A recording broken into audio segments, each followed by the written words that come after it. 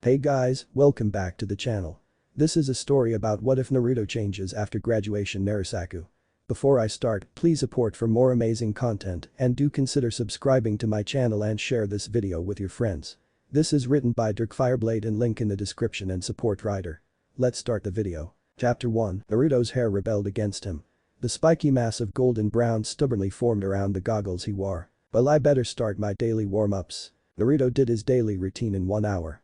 He locked his apartment and walked to the grocery store. Soon he had purchased his breakfast. Hey, kid. How you feeling? I know those people were innocent, why did I have to kill them? Don't worry about it. Today's your graduation, so you need to control your emotions. I know every technique in Anbu knows, plus everything else you have taught me, yet I can't keep my conscience from nagging me. Which reminds me, why have you helped me all these years? I truly know what it is to be an outcast. Really? I was born with 9 tails. My family, other foxes and other animals thought I was evil or something and shunned me because of it. Since I grew up being called a demon, it sunk into my mind that I was a demon. So that's when I gained my reputation of being Kyuubi, the 9-tails fox. You have a good heart and I will help you as much as possible so you don't go down the same road I did. It's a very unhappy road. Plus I got stuck in you because of it. So fox, why did you attack my village? The fox stayed silent. You tell me when you are ready. By now they had reached the academy. Still lost in thought, he walked into Sakura. Her small gasp brought him back to reality. He watched as she fell to the gravel road. She suddenly felt a pair of strong hands go underneath the small of her back and the back of her knees. Her body felt a little too comfortable in the arms of the blonde boy. Color rushed to her cheeks. Naruto, I am so sorry, Sakura. I had a bad night last night and I'm a little out of it today. It's okay, and thanks for catching me. His sky blue eyes mesmerized her, that is until he broke her from her trance. No problem. He has wonderful eyes. Wait. What am I thinking? I love Sasuke. Why am I thinking about this idiot like this? I should probably ask him to put me down nicely. Hey Naruto. Yeah? Could you put me down now? Yeah. Sorry about that. It's okay. Don't worry about it. Why do the adults think Naruto is a bad guy? He can be sweet sometimes, but that doesn't mean that I'm falling for him. She thought, justifying it in her, that even though he had times he was nice, she still wouldn't fall for the blonde. Over the years he had matured more than most 12-year-olds would. Even though he was slightly shorter than her, he wasn't too obnoxious, but there were times when he would have to be defiant of people and say they were wrong. All those times people said he couldn't do something, he only received a challenge to prove them wrong. Sure, he could be childish every once in a while, but he was determined to prove he could be the best ninja ever alive. Sakura still didn't know why people said he was bad news and excuses like that. So why are you early, Naruto? I really don't know. I couldn't go to sleep anymore, so I got up. You? Sasuke is always early, so I thought I would be. Really? Well, you better hurry, he's already here. Really? Is my hair okay? Do I look okay? You look fine. Go talk to him. He said with a small smile tugging at the edges of his mouth. She ran off towards her love. Then she yelled over her shoulder. It was nice talking to you. You too. He muttered under his breath. Kid, why don't you tell her your feelings for her? It doesn't matter, fox. As long as she's happy, it's fine with me, even if I'm not meant to be with her. Who am I to tell who she likes or should see? I will protect her no matter what people say or do to me. I will die to make her happy. Like I said before. You have a good heart, kid. I think you're getting too soft, fox. Would you want me to just stop helping you? I know what it's like to be in love. No, I wouldn't want you to stop helping me, but what do you mean you were in love? Iruka-sensei came outside and called for everyone to come inside. Naruto was the last one to enter and one of the last ones to sit down. One by one I will call your name and you will report to room across from this one. Of course everyone was called one by one. Then it came to Naruto. Uzumaki, Naruto. He heard a few remarks like, this is his 3rd time trying to pass, or, I bet he'll fail. These he was used to, but he wasn't prepared for when he entered the other room. Hey Mizuki? Iruka inquired. Yeah? Did you hear about the Anbu that took out those 2 rogue ninjas? Yeah, I heard the shortest one, but also the most talented took them out. Kid, don't think about that, it will just distract your mind. Right. Okay Naruto, show us a bunshin. Okay. Gathering chakra, he performed the bunshin. Sadly, before he did the jutsu, a simple phrase went through his mind. You killed those innocent men. He lost all control at the last second. His jutsu produced 3 ineffective clones. Iruka looked disappointed at him. I know he could do this jutsu, but what went wrong? I'm so sorry Naruto, but you fail. You fail Naruto. Go outside like the others and wait there. Iruka, can't we give this kid a break? He did produce 3 clones. Yes, that is true, they were ineffective though, and I can't do that without disobeying the rules. The boy walked calmly out of the building. He had failed miserably. What happened, Naruto? I don't want to talk about it, Fox. No problem, kid. The last student walked out. Everyone's parents congratulated their children. The Hokage was standing there with Iruka-sensei. Mizuki came up from behind Uzumaki to talk to him. The boy left with the man. Iruka, I need to talk with you. Yes, Hokage. At night. Iruka. Come quick. Naruto stole the scroll of sealing. Mizuki yelled from behind Iruka's door. What? A large team of ninja met the Hokage at town square. Hokage. This is the last straw. Naruto has gone too far this time. Do you know what is contained in that scroll could destroy the leaf if it falls into the wrong hands? Yes, I know. Search for him. Asu. All the ninja yelled. Mizuki and Iruka ran in the same direction, but eventually they split apart. Naruto, where could you be? Iruka pondered. Meanwhile, the very same blonde boy stood in an open, yet secluded area of forest. A single wooden shack had been built in this clearing. So the rumors are true, Fox. Mizuki is the one who was after the scroll. Always thinking about your other life, aren't you? Well, I sort of have to just so I can keep my cover and stuff like that. I understand. Hey Naruto, you might want to go get changed. Someone is coming and will be here in 5 minutes. The boy took the scroll into the shed with him. In a minute the male reappeared, dressed in his Anbu suit. Placing his hands in a seal, he whispered, Page Bunshin no Jutsu. One single carbon copy revealed itself. I quickly changed into Naruto's other clothes. The real Naruto threw dust all over his copy to make it look as though the clone had been working hard to learn a jutsu from the scroll. A few minutes passed and Iruka was visible beside Naruto. Why did you do it, Naruto? The man demanded. Mizuki said if I learned a technique from this scroll I could pass. I have been able to perform one and I pass right. No, Mizuki is Naruto, get out of the way. Gunace filled Iruka's limbs and torso as he pushed the boy away. There in the trees was the traitor Mizuki. An evil smirk was spread across his rough face. So I guess you found out about my little plan. I'll do the village a favor and kill Naruto, then I'll go after you, my friend. He unattached one large shuriken that was held on his back. He threw it at the small ninja on the ground. Naruto, get down. His sensei ordered. The copy obeyed. A sickening sound of metal piercing flesh was heard. Naruto looked at Iruka. Why, sensei? Why did you save me? Because Naruto, I know what it's like to live without parents. I began to become the class clown so I would be recognized as someone and to be accepted by everyone. The real Naruto eyes started to moisten his eyelashes. Iruka knows that same pain and desire for recognition as I do. He really cares for me. Naruto thought for a while. He came to the conclusion that Iruka was definitely someone he had to protect.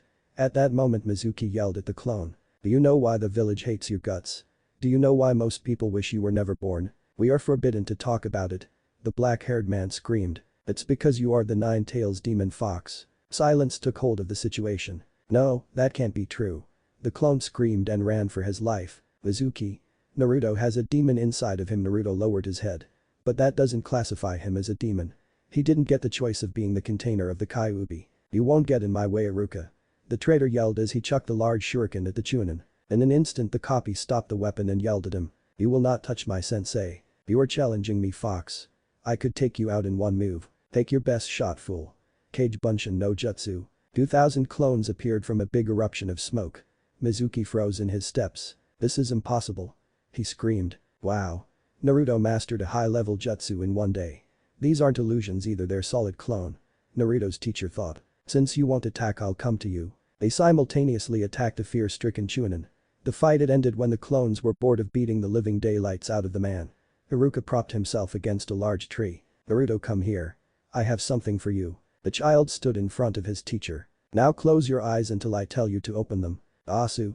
He simply answered. He heard the rustle of fabric and a nice silky feeling caress his forehead. Okay, you can open your eyes now. The boy obeyed.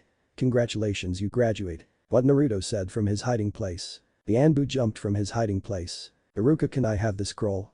I need Mizuki for interrogation and I thought I might as well return the scroll. How can I trust you? The black-haired man inquired. I'm an Anbu, what more proof do you need? Okay, I trust you. The short Anbu turned to leave, but spoke. Uzumaki, thanks for your assistance in catching a traitor. No problem, mister. I am known as Fox. The ninja's mask sort of seemed to agree with the elite ninja's words. Suddenly a few more Anbu appeared next to their comrade. Well done, Fox, you seem to surprise us more and more each assignment. I didn't do this. Uzumaki, Naruto did. You should thank him. But he's the one who stole the scroll. A tall, well-tanned man spoke. Yes, it is true he stole the scroll, but he also made up for it by capturing Mizuki. The real Naruto, also known as Fox by the Anbu, pointed to the bruised man lying on the grass completely unconscious. Take him and the scroll. I will report to the Hokage. Fox instructed. Raikai. His companions obeyed. A short ninja walked over to the two and bowed low. Thanks once again, Uzumaki. After watching you, I bet you can fulfill your dream. I bid you farewell for now. With a poof of smoke, the Anbu disappeared. His teammates did the same. It left Naruto and Iruka staring surprised at what had just occurred. Well, for a celebration gift, I'm taking you out for ramen. Really, Iruka-sensei? That's awesome. Early in the morning, the clone had returned to his house. The instant it entered, the real boy appeared from the window on the opposite side of the house. How did it go, clone? Very well, I'm stuffed. Oh, I guess this is yours. Slowly untying his headband, the carbon copy handed it to Naruto. With a poof of smoke, he disappeared. Soon the blonde had removed his Anbu clothing and hid them in a secret compartment in the wall. Well, I only got 4 hours until school starts. Naruto had soon jumped in and out of the shower. Still in his towel, he went to the bedroom and faced the south wall. Steadily he stuck his hand into the wall. From someone else's point of view, it looked as though he was reaching into water. The wall sent ripples throughout itself every time he moved his forearm. With a little bit of difficulty, he pulled out a large 4 foot by 5 foot trunk. Biting his thumb, he placed his hand on the seal that had kept it closed. A large creak flew through the room as he opened it. The box had 4 compartments. The first 2 held a set of clothes. The third section held 28 weapons of many different types. The last section held a ton of scrolls. After grabbing the first pair of clothes, the boy tried to place the weighted garments on. Soon he had the heavy material on. It wasn't too heavy, but just enough to help him train while everyday things occurred. His black shirt and pants didn't seem absorb light at all. In fact, they appeared to not react to light at all. His cloak was different. Its red color made him stand out. The white fire design that protruded about a foot from the bottom of the coat made it even more noticeable. On the back of the material, it had a few symbols on it. Only Naruto knew what they said. Before he put the chest away, he grabbed 2 katanas, placing them in the sheaths on his legs, 10 shurikens, where he put in the holsters on his thighs, 5 kunes, those he put on his waist holsters, and a few scrolls that he placed in his inner pockets on his coat. He was ready for the day. Even though he still had about 2.5 hours before school, he left his house. He practically skipped to Ichiraku's. After eating about 5 bowls of ramen, he headed towards the academy. No one was there yet until he stepped into the classroom. Iruka looked up from his papers and noticed the boy. Naruto the Chunin staggered. What are you doing here so early? I wasn't tired, so I came to class early. Really? Well, you can take your seat and wait for the day to start. Oh, and by the way, nice clothes. Thanks, they were my father's. I guess he has figured out who his father is. That cloak he wears is the 4th seconds. 45 minutes passed. By that time, Sasuke, Sakura, Ino, and Shikamaru had come into the room. 15 more minutes passed and everybody else was sitting and chatting. Once the last second on the clock notified it was time to stop talking and begin class, Iruka stood up. "Quiet class," the man ordered. Instantly everyone was silent. Iruka continued. "Good job on graduating. Now, I will list of people who will be meeting with their new senseis today. When I call you, please come and stand with your team. Team 10 Nara Shikamaru, Akimichi Chouji and Yamanaka Ino. Team 8 Inyazuka Kiba, Aburam Shino and Hyuga Hinata. Team 7 Uchiha Sasuke, Haruno Sakura and Uzumaki Naruto." A lot of gasps erupted from the class. Everyone started looking for the blonde boy, but all was in vain. Iruka looked all over the place too and did see him. "Naruto, aren't you going to come down?" "I'm already here, sensei." Soon their attention was faced towards the newly dressed genin standing next to Sakura. Everyone's thought was the same. I didn't see him even walk up there. "Okay, you 3 teams go to your separate rooms where your senseis will meet with you in about 30 minutes. Your team number will be posted on the door." "Yes, sensei." The 9 marched to their respected rooms. A half an hour had passed and the other 2 senseis came. 30 more minutes passed, still no one came for Team 7. Another hour passed and still no one showed up. Naruto had been sitting in the front row with his feet propped up on the desk. Sasuke had been sitting with his arms crossed and eyes closed. Sakura was staring at Sasuke whenever she could. Without breaking the silence, the blonde stood up and placed a chalkboard eraser near the top of the slightly open sliding door. "Naruto, what are you doing?" Sakura asked. "That's the penalty for being late," the blonde responded. "Do you really think a jounin would fall for such a simple little trick?" Sasuke inquired. That instant a hand appeared on the edge of the door. Next a head showed itself. With a puff of chalk dust, the person's head was hit by the chalkboard eraser. "Bullseye," the boy yelled. The gray-haired jounin signed. "Well, my first impression of this team is you're a bunch of idiots." All 3 genin sort of slumped their backs. "Well, follow me." Obediently they followed. Once outside, the jounin sat on the safety railing while the 3 students sat on some steps. "So my name is Kakashi and I will be your sensei. One by one you will tell me your name, your likes, dislikes, and dreams. I'll start." As you already know, I am Kakashi. I have lots of things I like and few things I dislike. My dreams I would rather not say. That's helpful. Sakura stated sarcastically, he didn't tell us much. You on the left, let's start with you. My name is Uzumaki Naruto. I like ramen, pulling pranks every once in a while, and my job. I dislike a couple of things. My dream is to become Hokage.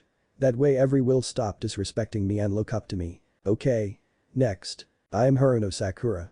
I like a certain boy. My dislikes I would rather not say, and my dream is for someone to acknowledge me. Next. My name is Uchiha Sasuke. I don't feel like telling you my likes or dislikes. My dream's it to restore my clan and kill a certain person. This is an interesting bunch. Okay, now that we know each other, I want to tell you that you will be meeting me at the training field at 8 o'clock in the morning. Oh, and don't eat breakfast unless you like to puke. The man walked away. The day passed and night came. Morning then crept from the depths of the horizon. All three met halfway to the training grounds. No one talked the whole way. It was 7:55 when they arrived. 35 minutes flew by and their sensei finally appeared. But you all made it. Kakashi pulled out an alarm clock and set it to go off at 11 o'clock. Let me explain. You three need to try and get these bells from me before time runs out. You have 3 hours to try and get them. But there is only 2 of them and 3 of us.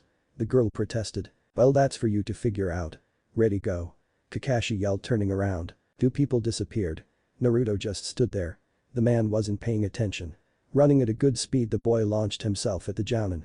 Kakashi whipped around and grabbed the boy, throwing him across open area. Naruto twisted in the air and skidded along the ground. Compared to the others, you're a bit weird. Proud of it, sensei. Okay. Once again the blonde launched himself at the man. The Chunin reached into his back pouch and was rummaging around for something. Naruto stopped. The jutsu, or in other words hand-to-hand combat. That's one of my best. The Chunin thought. To his surprise, the man didn't pull out a kunai or shuriken but a book. He's mocking me. Why are you reading that book? The 12-year-old demanded. To find out what happens next. Ox, can I just knock him out or something? No, you would give away too much. Okay. Then what can I do? Just fight and look for an opening and attack then. Asu. Blitzing towards the male with a kunai in hand, he began to attack. Kakashi kept dodging while reading that perverted book of his. With one more attack, the boy ended up with his back facing his sensei. Naruto, never let your opponent get behind you. The man's hands formed a single seal. From Sakura's point of view, that attack looked like it could completely destroy Naruto. Naruto, get out of there. She screamed. He looked behind him. Right as he did, Kakashi thrusted his hands forward. At the last second, the boy jumped a foot into the air, grabbed Kakashi's hands and kicked back. His feet connected with the unsuspecting ninja's face. The elite nin flew through the air a couple yards. Since when was Naruto this good? The other 2 genin asked themselves. After skidding a little, Naruto was on top of him. With one quick jerk of his hand, he grabbed a bell and walked off. Don't underestimate me. You found that out the hard way. Oh crap, that kid's got a good kick. What do I do now? He got the bell fair and square, but he didn't use teamwork. It only took him an hour to get the bell. I might as well see if the other 2 can get one. A few hours later, well, not exactly what I expected, but still you fail. What? Naruto, you fought solo. Sakura, you went looking for Sasuke and didn't consider helping Naruto, who was right in front of you, and Sasuke, you thought you were too good, so you went solo too. Even though Naruto got a bell, you 3 still fail because you didn't catch on to the main goal of this test. What was the goal, sensei? The tied-up girl asked. Teamwork. Now I will give you a second chance after lunch. Naruto and Sasuke may eat, but Sakura can't. If any of you give her your food, you will all fail.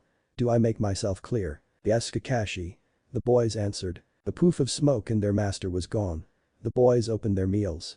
But soon after opening his, Naruto held his next to Sakura's head while he cut her free. Eat. But Kakashi said, he's gone by now, and plus you won't be useful if you're hungry. Am I right? Well, she thought about it for a minute before she responded. Okay, if you are sure it's okay with you. She lightly grabbed it from his grasp. Arigato, Naruto. No problem. Suddenly a large explosion appeared. Kakashi came from the smoke with an angry expression on his face. You. Everyone flinched and fell backwards. Sakura's food flew high into the air. Pass. What? You pass. Is it that hard to understand? But why? You guys are the first to ever pass. Everyone else did as I said and they're all a bunch of idiots. A ninja must see underneath those who break the rules are called scum, but those who don't care about their comrades are lower than scum. All 3 of them were silent. You all passed. As of tomorrow we are going to doing missions. Kakashi and Sasuke walked away while the other 2 stood there. We became ninja. Sweet. Naruto was jumping up and down. So was Sakura. Hell yeah. Wait until my mom hears about this. Right after their ranting stopped, Sakura's food landed on her head. "Crap," she exclaimed. The rice and other contents of the food box spilled all over her. Naruto looked at her with an amused smile plastered on his face. Here he handed the pink-haired girl a bottle of mineral water. "It's a special mineral water. Wash your hair with it and it should get all the food out of it. Oh, and here, use this as a towel." He took of his cloak and handed that to Sakura. "Thanks again, Naruto." "No problem. You don't mind if I walk you home afterwards?" "No, I don't mind. I don't think my parents mind either." "Okay." She took about 20 minutes to wash her locks. Returning to his side, she gave back his coat. He looked at the soaked garment. With one quick hand sign, it seemed to dry instantly. The blonde placed it back on his body and gestured for them to start. They didn't seem to talk much about anything. After they had gotten near the east side of the village, Sakura stopped in front of a semi-large house. It had a fenced-in front yard with a large cherry tree on the right. "Wow, you got a big house." "Not really. No, seriously, compared to my apartment, this place is huge. It's a little big for me and my mother, but we've gotten used to it. I hope you don't mind if I ask, where's your father?" "He died protecting me from some people who wanted to kidnap me and use me for something weird." "Sorry I asked." "Don't worry about it. That was 2 years ago." "Well, I better get going. My mother usually gets worried if I'm not home within an hour after things have ended." "Well, I guess I'll be seeing you tomorrow." "Sakura. Get in the house, dear." "Yes, mother." Naruto stood there for a minute, thinking to himself. "Hawks, that was the year I joined the Anbu. Maybe I can find out something about it in the archives." "Naruto, do you sense that?" "Yeah, what do you think it could be?" "For some strange reason, kid, I know that smell, but I can't identify it." "Oh well.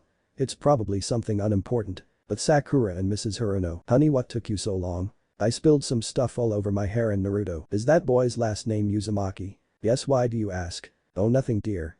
"So you were saying." Naruto gave me some mineral water and his cloak and I washed up my hair. Then he walked me home. "Really? That's good." "Why?" "His clan was the strongest in the entire world," she said with a matter-of-factly tone. "Really, does he know?" "No, not that I know of." "Well, enough of that.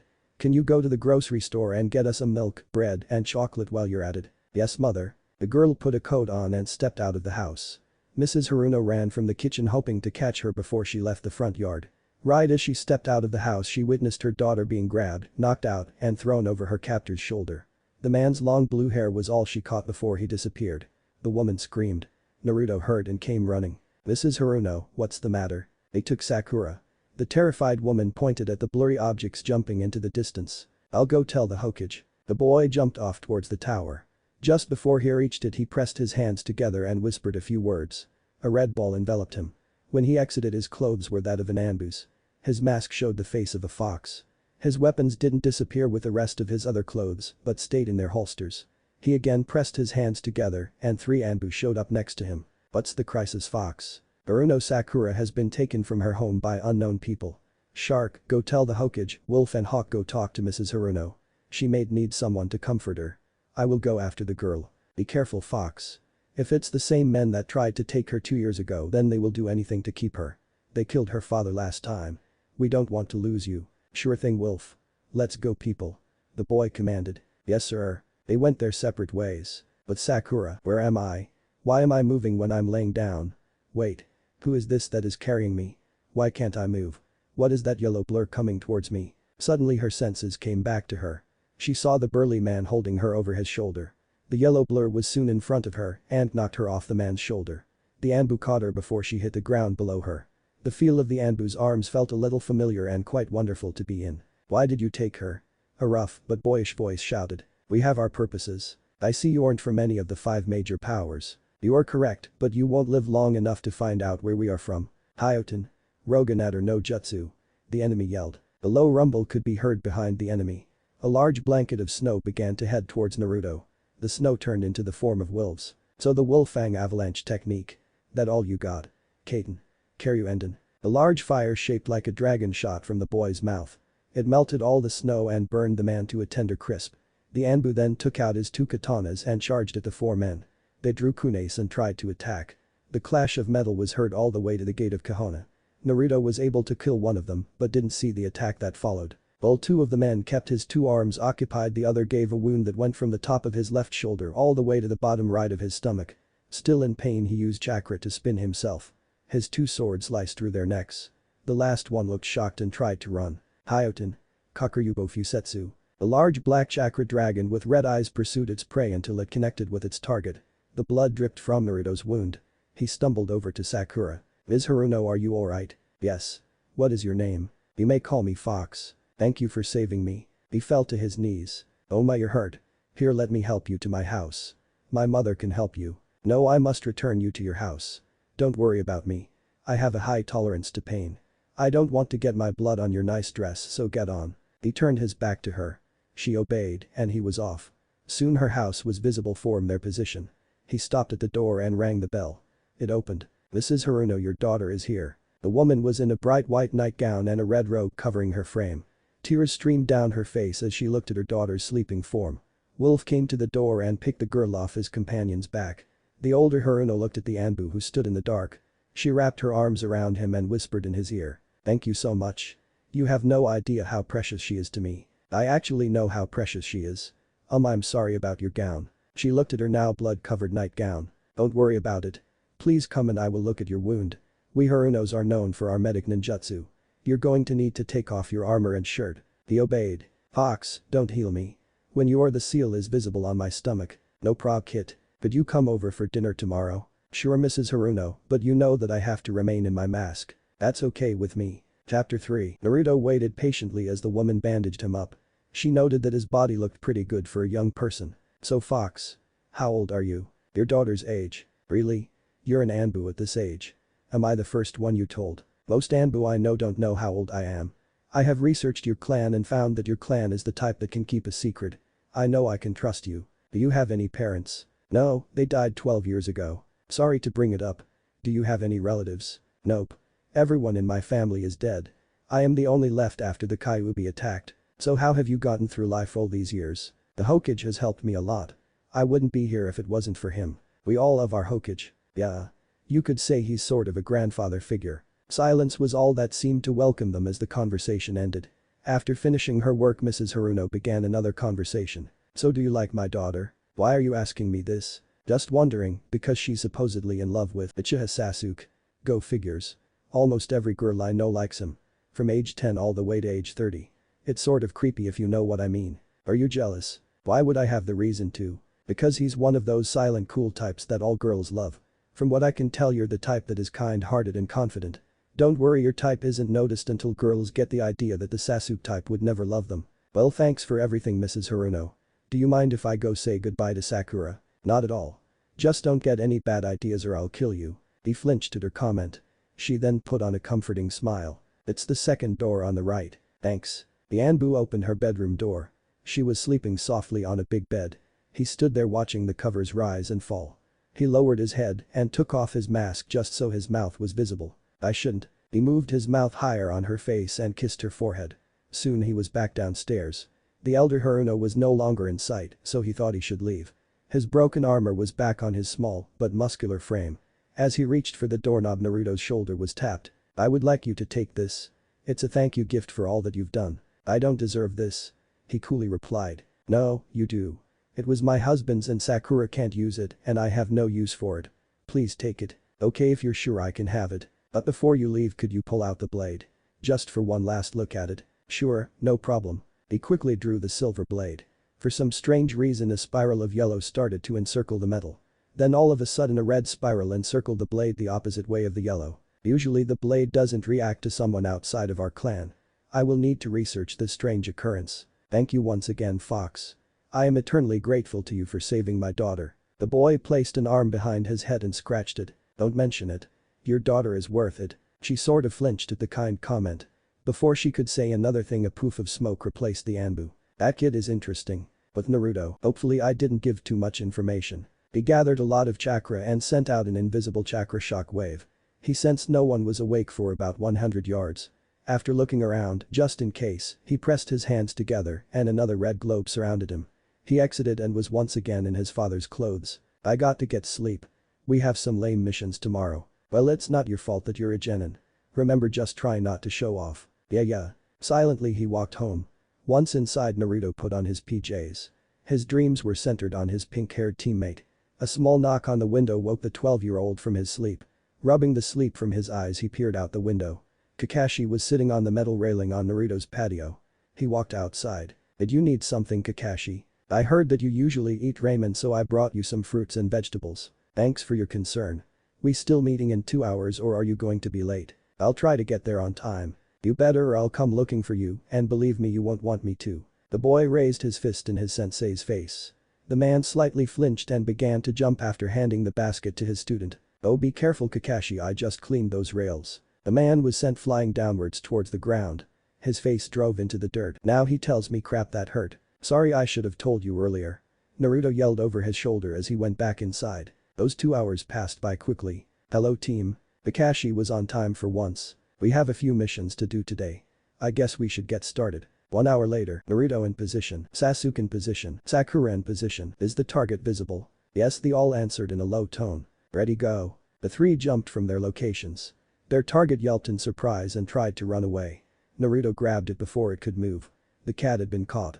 Sakura, Sasuke, and Kakashi high-fived each other as the cat started to wrestle with Naruto in the background. When they returned to the NJA, the feline was handed over to a large woman. Stupid cat. He deserves that torture. The scratched-up boy stated. Well, good job completing 5D missions in 1 day. The next mission is the Hokage started. No thanks. I want a different mission. These are getting too easy. Naruto proclaimed. I agree, Sasuke agreed mentally. Why is he like this? He's the one who's always getting injured. Sakura proposed internally. I thought he was going to do this. Kakashi thought. Naruto stopped complaining. You have to have the simple jobs and then you work your way up. Haruka yelled. But we keep getting lame missions. Sasuke could do these with his eyes closed. A compliment. Sasuke wondered. Shut up, Naruto. Kakashi ordered, hitting him in the head. Naruto, you know how the system works, but I am willing to make an acceptation. At your current level you can take a C-rank mission, if your sensei agrees to it, that is. The elder man suggested. Please Sensei, I so badly want to do this. The boy exclaimed. I guess we can. What's the mission? It's a protection mission. Let me introduce Tazuna, he is a bridge builder. You will be escorting him to the country of Wave. This is my protection. 3 brats. Are they actually ninja? Especially that short one. I kill him. Naruto screamed. Before the boy could attack, his teacher had grabbed his coat and kept him from moving forward. We are supposed to protect him, not kill him, Naruto. Fine, but one more comment and not even you will be able to stop me. Naruto, you're such a dope. The raven-haired boy announced. Shut up, team. The blonde countered. Both of you knock it off before I do it for you. Sakura scolded. Naruto stopped calling Sasuke that. Everyone flinched from her comment. She was known to be a little drastic when it came to calming people down. What an interesting bunch. Tazuna thought. Team 7 met at the gate as soon as they could.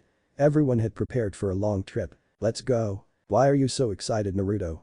The girl asked. To tell you the truth, I've never been outside the village. Tazuna overheard and asked Kakashi. Am I going to be safe with little brat? Don't worry, I'm an elite ninja. I should give him a punch to the face for that. Cool it. I know you can't much of your power due to the fact that Kakashi was an Anbu, but you can't let this guy get to your head. You, old geezer. What do you want? The name is Uzumaki Naruto. I will protect you during this mission and finish it, even if it costs me my life. The boy has determination, I'll give him that. Well, let's go. The boy yelled, running down the road. Naruto, wait up. Kakashi screamed after the boy. I swear he's going to get us all killed. The group traveled for about 5 hours before stopping. As they were beginning to stop, they passed by a seeming large puddle. Hit. I know they are most likely going to go for Kakashi first, then probably take Sakura out. Knowing Kakashi, since I read up on him in the Anbu files, he's definitely seen them. Just as he had predicted, 2 ninja replaced the puddle and wrapped a large chain around the Jounin. One down. In an instant, Kakashi was cut to pieces. They then wrapped up Sakura. She couldn't move, that is, until she felt herself move. Naruto used a replacement jutsu to switch places with her. She looked at him with tears in his eyes. Sasuke, take care of them. He yelled as the chain ripped through him. Do down. Sasuke became angered and launched at the 2 demon brothers. Using a shuriken and a kunai, he stuck the chain into a nearby tree and therefore trapping them. After grabbing their arms, he kicked both of their heads. The deadly chain snapped off their gauntlets, free them from its grasp. The only thing they weren't free of was Sasuke's wrath. Punch after punch, the Uchiha beat them to a bloody pulp. Suddenly Kakashi appeared and stopped the boy from going any further. Stop, Sasuke. Control yourself. They killed Naruto. He struggled against his sensei's grip. Why would Sasuke care about Naruto? It's not like he's his friend.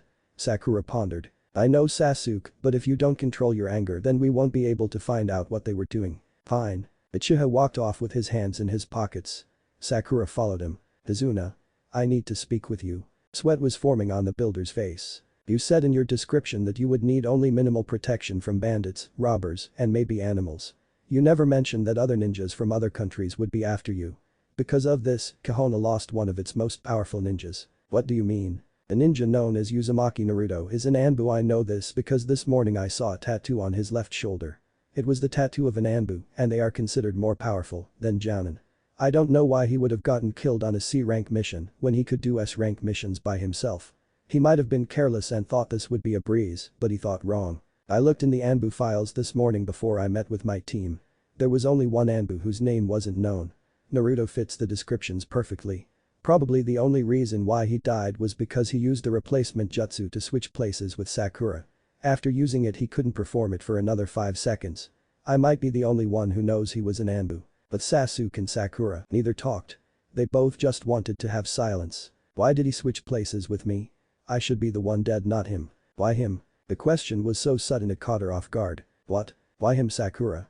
He was treated as dirt throughout his childhood, yet he was able to stand the pain of everyone's dark glares and harsh words. He knows the pain of feeling alone. It's like a living hell. Why was he killed? Sasuke, please don't beat yourself up about it. What can I say that will help? I was given parents. Sasuke's parents were killed by his brother, and Naruto wasn't given any parents after he was born. Why not Sakura? If I had been faster in making the choice to attack I could have saved you and Naruto wouldn't be dead. She had always known the boy for keeping his emotions in check, but he was mentally breaking down. The only thing she knew to do in a situation like this was, Sakura. He looked at the girl that was hugging him. Please stop blaming yourself, it wasn't your fault. He chose to take my place. I regret that I won't be able to say thanks for everything he did for me. What are you talking about? Throughout his childhood I treated him like everyone else did. There were times when I was being teased and he would defend me. I lost count last year how many times he saved me or stood up for me. So don't beat yourself up when I'm the one who treated him like dirt. You treated him as a friend. Up until now he was a little uncomfortable with what the pink-haired girl did, but after hearing her confess what she had did he returned her hug. Minutes later they separated and looked at each other and blushed. Thanks. The chorused. Are you two done? We need to continue with the mission, that's what Naruto would want. They walked next to their sensei in a dead silence. 2 hours later they stopped. Everyone down. Kakashi ordered. Instantly a large blade swirled over their heads. When they looked up there stood a man on the large sword that was implanted in a tree. I finally get to meet the famous copycat Kakashi. The tone of his voice chilled their blood. Chapter 4. The black-haired man looked down on his victims. So Momochi, Zabuza the demon of the mist. I'm honored to be known by Hada Kakashi. Sasuke, stay out of this fight, you two. Sakura. Protect Azuna at all costs. Asu. A few minutes later, Kakashi. Sakura yelled. Run.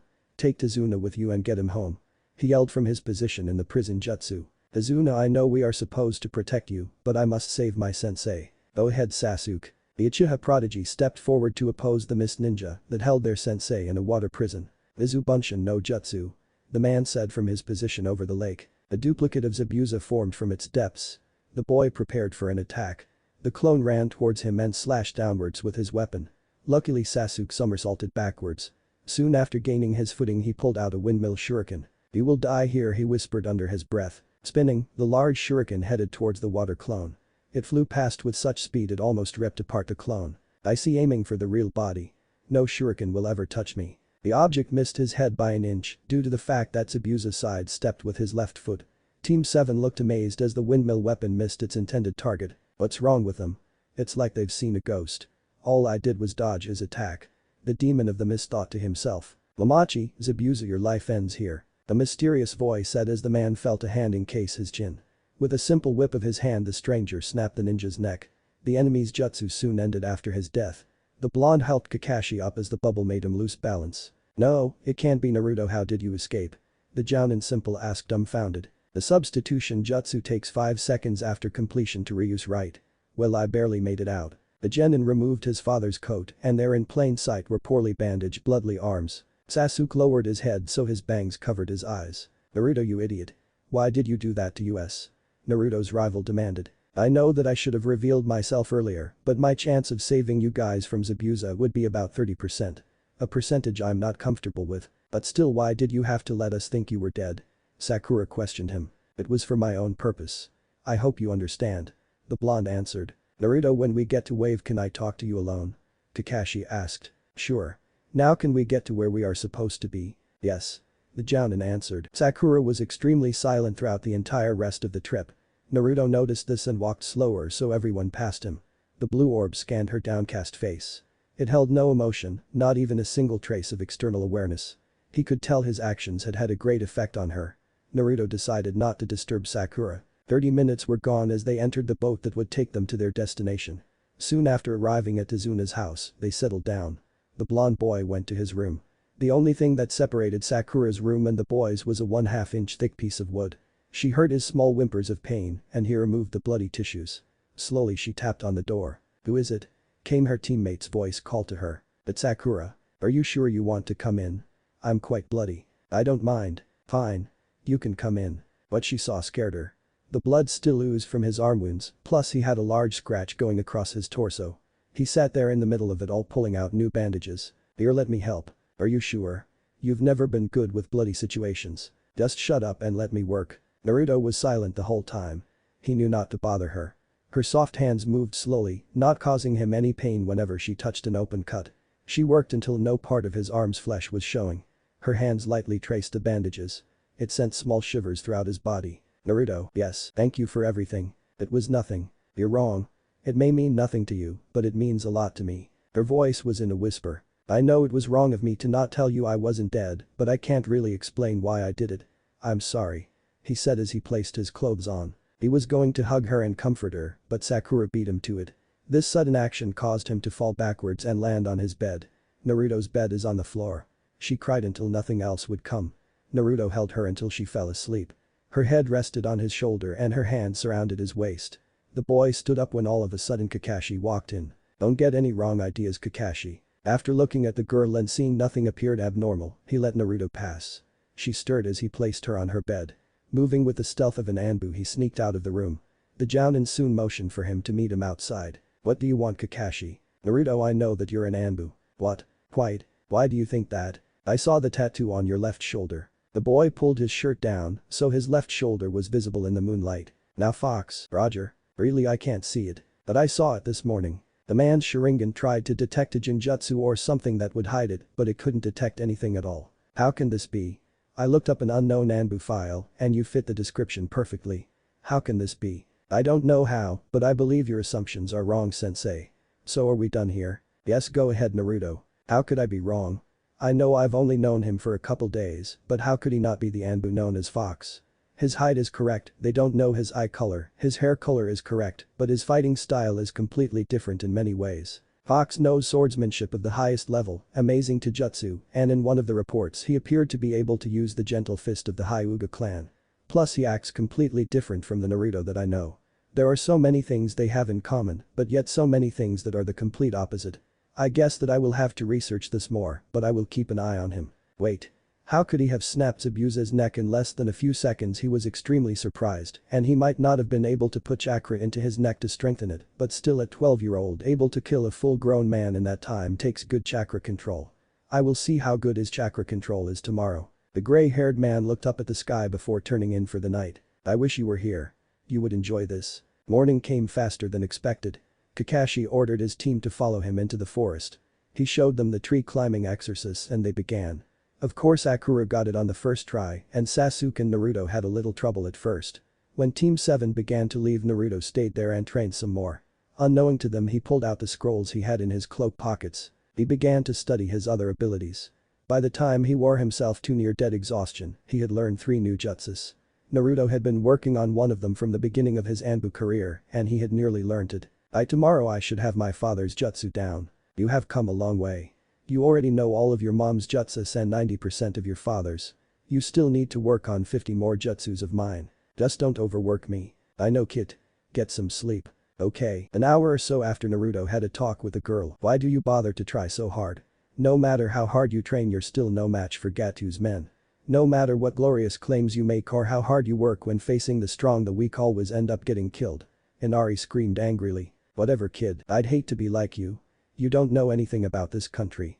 Why are you being so nosy? What the hell do you know about us? You don't know what it means to suffer. You don't know how hard life is for us." "Oh no," he hit the mark there. The Kyuubi thought to himself. "So it's okay for you to cry all you want because of that. Just keep crying, you brat. Life isn't all what it appears to be. My life was a living hell. The fierceness in Naruto's eyes and voice scared the boy even more. "Naruto, please, that's enough," Sakura pleaded in a low voice. "No, Sakura, it wasn't," he returned with a tiny hint of anger. He strode into the night. Inari began to cry even harder and ran out the opposite side of the house. Kakashi sighed and joined the small boy. Sasuke just sat there with Tazuna and Tsunami. Sakura went outside to find her teammate. Chapter 5. Sakura gently looked from side to side, her eyes searching every square inch of her surroundings. Luckily, the girl caught glimpse of the boy's white bottom of his coat. Quickly she ran towards that direction. The forest stood before her. The moon didn't help hide the scary look very well. Still she ventured forward. It took her a while to even get anywhere near where she thought he would be. Once she found a clearing, the girl stopped. "Naruto, where could you be?" The noise came from the right of her, then from the left of her, then behind her. Whatever it was, they appeared to be all around her. "Naruto?" There was no answer. Suddenly 4 animals jumped out. Due to the darkness she couldn't quite tell what they were. They appeared interested in her. Sakura could see their hungry eyes staring at her. She was scared, lonely, and was about to be eaten by whatever these things were. The 4 animals leaped forward towards their prey. She closed her eyes. The girl heard the sickening sound of flesh being sliced through, but she felt no pain at all. Slowly she looked up to see a rather familiar boy sheathing a familiar-looking blade. He turned. "Why are you out here?" he said in a demanding tone. "I wanted to see if you were all right," she replied. "Don't worry, I'm fine." "Are you sure? You seemed as though you would have killed Inari." "I said don't worry.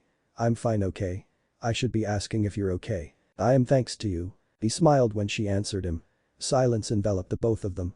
Sakura spoke up. "Naruto, thanks for everything." "What do you mean?" "When we were younger you stood up for me, when we were in the academy you still stood up for me, you even saved me from some genin, and that time a few days ago that you saved me from those 2 ninjas, and then Zabuza the same day," was her response as she hugged him. Well, you're welcome, Saku." The boy wasn't able to finish.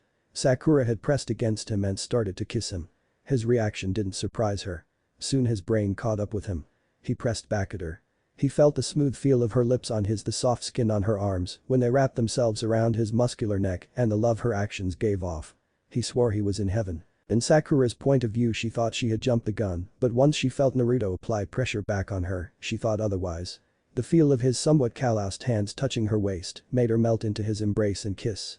Their bodies' temp spiked as they went deeper and deeper into their kiss. She felt a warm sensation enter her mouth and go down into her chest. Then the sensation seemed to spread throughout her.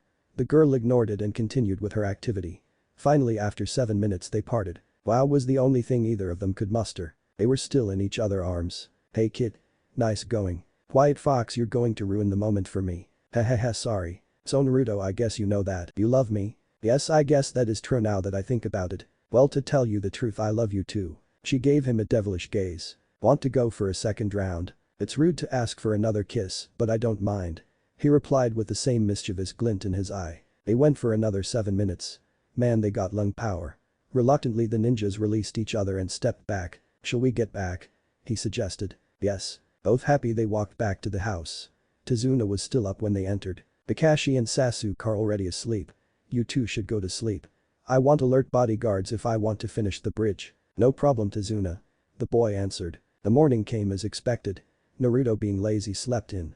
Kakashi said to leave him, so the 4 traveled to the bridge to continue the work. When they arrived to find the builder's co-workers scattered all over the junction. The bridge builder ran to one of his workers. "What happened?" "It happened so fast we don't know." "Great." A thick mist began to engulf the 4, excluding the workers. "So I guess you aren't dead, Zabuza." The Sharingan visible in Kakashi's eye. "What, Kakashi?" But Naruto snapped his neck. "I heard it crack from where I stood," the Kunoichi stated. "I know Sakura, but I don't know how he survived. Because of me, a semi-tall ninja stepped out of the mist. My name is Haku. He used his excellent skills to replace me with a fake me," Zabuza informed. "The clone jutsu?"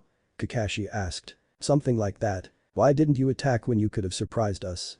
Sasuke ordered. "Because that boy could have killed me." Everyone looked surprised by the missing nin's comment. "But enough of that, let's go, Haku." Mizu Bunshin no Jutsu. 10 Zabuza clones appeared around the 4 people. One of the clones noticed Sasuke shaking slightly. "I see this one is still a bit scared of me." "Wrong, I'm actually excited to fight you." Before either of the opponents knew it, all the clones were disposed of. "I see you have a rival in speed, Haku." "So it seems, Zabuza." Naruto had just woken up. He headed downstairs to find Inari and Tsunami eating breakfast. "Hey, where's everyone?" "They're at the bridge. Kakashi told me to let you sleep." Tsunami answered. "What?" "I got to go. Bye." A yellow blur shot out the door. Hawks, can you sense that? Yes, Idakeke Genkai. Which one? I know the Sharingan, the Byakugan and some others, but this one is new. I don't know, Kit. Well, if I don't know the Kekkei Genkai, then I won't be able to find out how to counter it. We already know how to counter the Sharingan. Through which, by the way, nice technique when Kakashi tried to see my tattoo. Well, the Kitsune Deception Jutsu works great. What exactly do anyway? It's much like the Meijin. Kokoni Arazu no Jutsu, except only someone with your blood can't see through it. Any jutsus you learn from me, only your children will be able to perform and detect. Fox, you smell that? Yeah, it's animal blood. The ninja looked to the side where he saw a boar cut up and some trees along with it. Those are heading back towards the house. I better hurry before anything happens. Back at the bridge, Sasuke was standing into the middle of the Makyohai Asho Jutsu that Haku had just used. What is this? The Uchiha demanded. This is your demise. The nin answered as he entered one of the mirrors. Needles began to fly and Sasuke tried to dodge. It all proved fruitless. Back at the house, Naruto appeared right as the two ninjas charged at Inari. He quickly replaced the boy and his mother with a log. Way to go, Inari. You gave me just enough time to save you and your mother. Naruto, the boy, began to tear up. Hey, don't worry, it's okay to cry when you're happy. The two men looked intrigued by the blonde. Can I cut him up? Yes, you can. All three charged at each other. Naruto versus Gatyu's bodyguards. The boy threw two shuriken at the men and they parried. Sudden, the shurikens turned into Naruto copies. They jumped from behind and kicked the back of the men's heads. This knocked them out cold. I got to go, so be careful, Inari. Yes. Izuna, I have to leave your side for a second, I must help Sasuke. Go ahead. The girl leaped into the air. She aimed it at one of the ice mirrors. Haku appeared in an instant to catch the projectile. That instant a blur came and knocked the boy out of his ice mirror. Sakura watched as the blur turned into her teammate Naruto. Naruto, it's about time. Sakura stated. Sasuke, you okay? The blonde asked. Yeah, you dope, said his scratched up rival. Haku got up and looked at the boy. That is the same boy in the forest. At the last second, the ice bloodline ninja noticed a second blonde blur going towards the trapped raven-haired boy. Instantly he threw needles towards the legs. They hit near the kneecap and stopped the real Naruto in his steps. Sasuke was flung to the other side of ice prison. Nice try, Naruto, but you will both die. Sakura, get back to Tizuna. Why yes, Naruto. She ran off. Haku went back into his ice mirror. He's still in one mirror, good. Sasuke whispered. Wrong. Both boys were taken back as they looked drastically around. Simultaneously 20 Haku reflections could be seen. The two genin braced themselves for the oncoming attack. Thousands of needles began to fly around their bodies. It scratched and punctured their skin. What do we do, Sasuke? Naruto asked, trying to get up. You know your Kage Bunshin no Jutsu, right? Yeah, can you please try to simultaneously attack all the mirrors? I am almost able to read his movements. No problem. Kage Bunshin no Jutsu. Sasuke focused his eyes and caught slightly glimpses of the moving body. When he saw where his enemy was going, he used his signature fire technique. They continued this attack for 3 more times before Sasuke almost got a direct hit. Naruto, can you do that technique one last time? Yeah, I think so. Kage Bunshin no Jutsu. This time Haku quickly ignored most of the copies and went for the real Naruto. Needles filled the boy's body and he fell down motionless on the ground. This angered Sasuke. His eyes began to flicker in between red and black, but finally turned into his family's bloodline, the Sharingan. The difference was that he had 2 comma-looking marks in each eye. No way, I thought the Uchihas were all dead. Well, you were wrong, Haku, and you just ticked one of them off. Haku used Naruto to keep Sasuke at bay until he couldn't move anymore. This is the time Naruto woke up. He looked wearily at the blood-covered, needle-punctured boy and asked him, why? He asked his rival with sadness in his voice. My body moved on its own, dope. Sasuke answered. You still insult me. Naruto, I couldn't kill him. You, Haku. No, my brother, he killed my clan. I grew up lonely because of him. Now I won't be able to accomplish my dream. Don't say that. The Uchiha's life seemed to fade from his half-opened eyes. He was a worthy opponent. He deserves the respect of a powerful ninja. Was what Haku informed. Hawks. I know, kid, kill him. The fox told him, tossing some chakra over to him. The heat of the air increased dramatically. The pressure of the atmosphere was amplified as well. Naruto's eyes closed and his incisors and birthmarks increased in size too. The large swirl of red chakra erupted from the boy's body. The needles ejected and his wounds healed up. He opened his eyes to reveal the red and black slit pupils. Kill you? A blood-curdling roar shot through the still air. It was so fearsome that everyone in a 2-mile radius had to cover their ears. No, the Kyuubi has been released. No, wait, it seems to be under control, at least for now, Kakashi argued in his mind. What is this chakra? It feels more potent than that of mine. Zabuza thought. By now Naruto had completely shattered 5 of the ice mirrors. There were only 15 more to go. He created 20 clones just for that purpose. They all succeeded. Haku was pinned on the ground by the real Naruto. Go ahead Naruto, kill me. This stopped the enraged genin.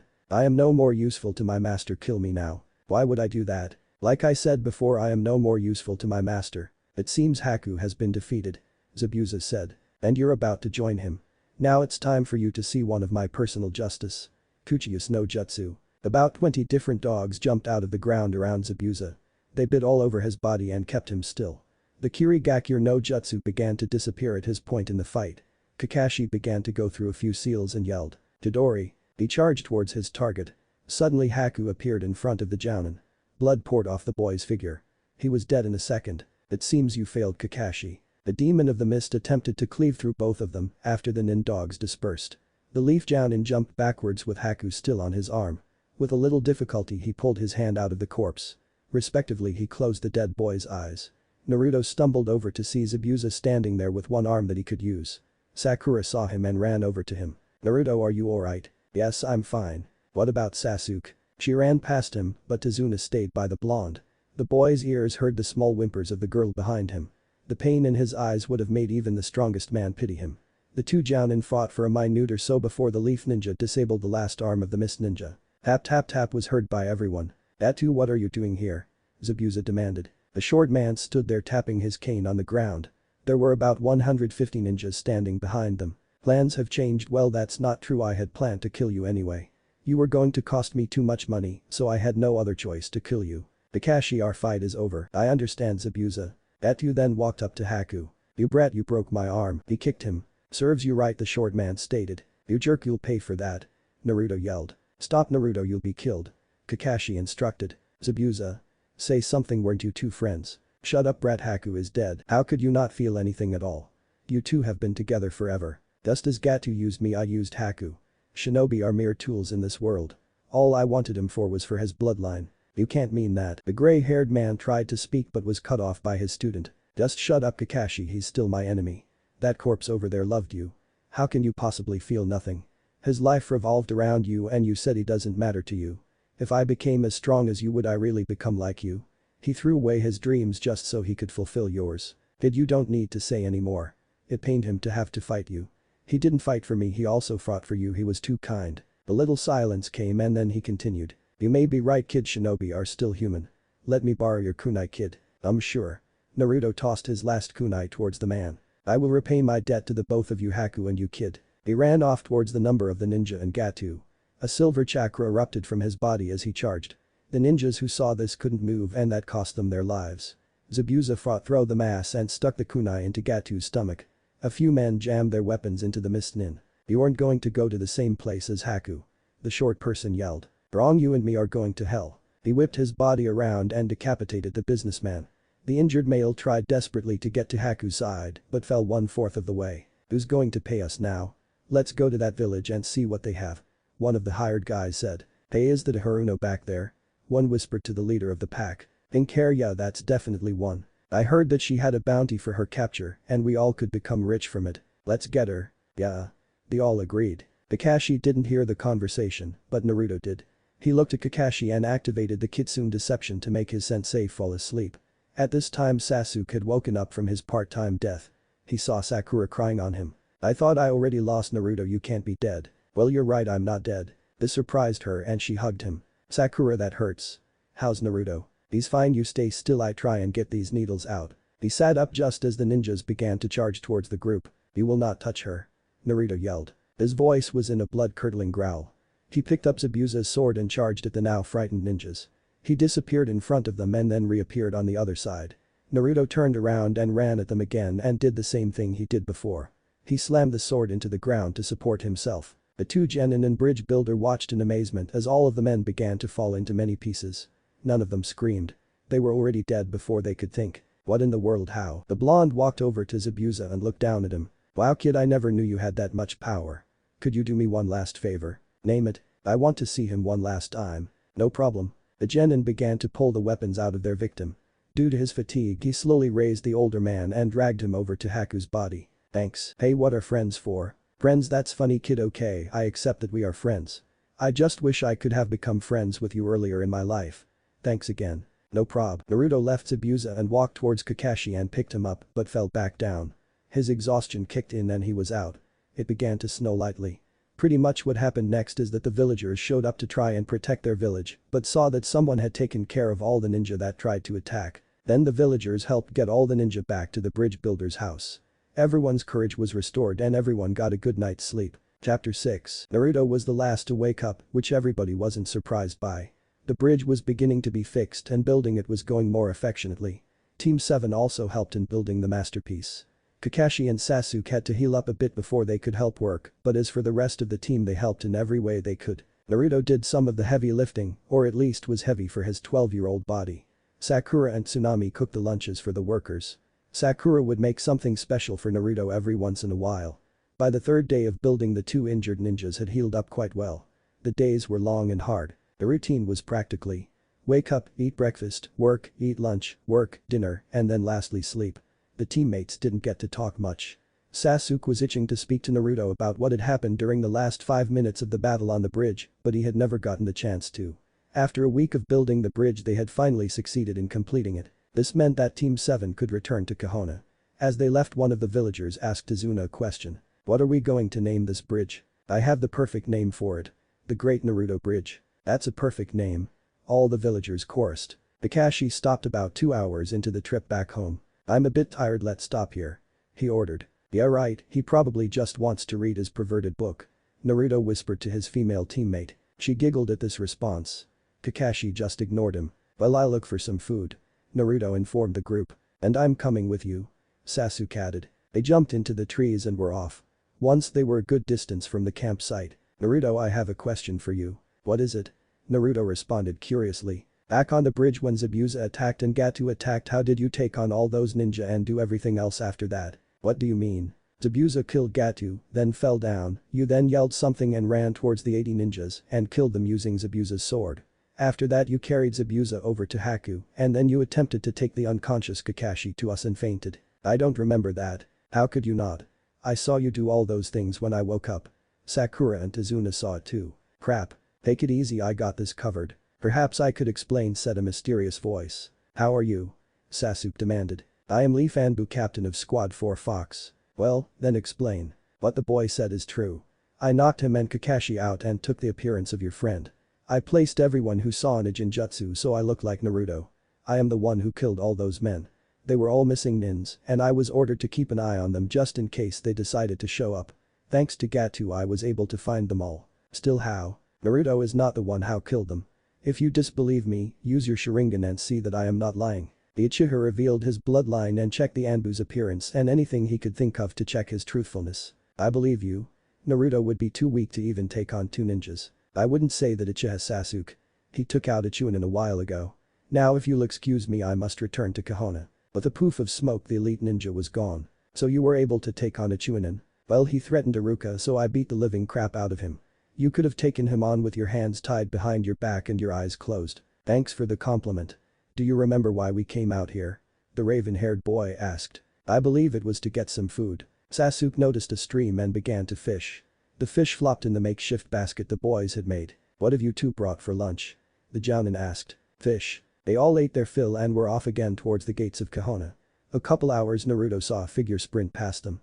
From his position in the trees he noticed the only thing about the figure is that he was wearing pure black. Kakashi, do you know who that is? The blonde asked. Yes, his name is Bagato Zakuro. He has no team due to the fact that they were killed in a B-rank mission 3 months ago. The man answered. What happened on it? They were to do a simple spy mission on the rock, but before they left the country they attacked.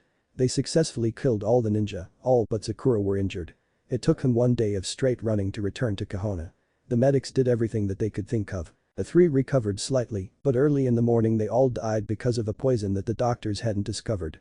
The mission had been a success though. Why hasn't he been assigned another team?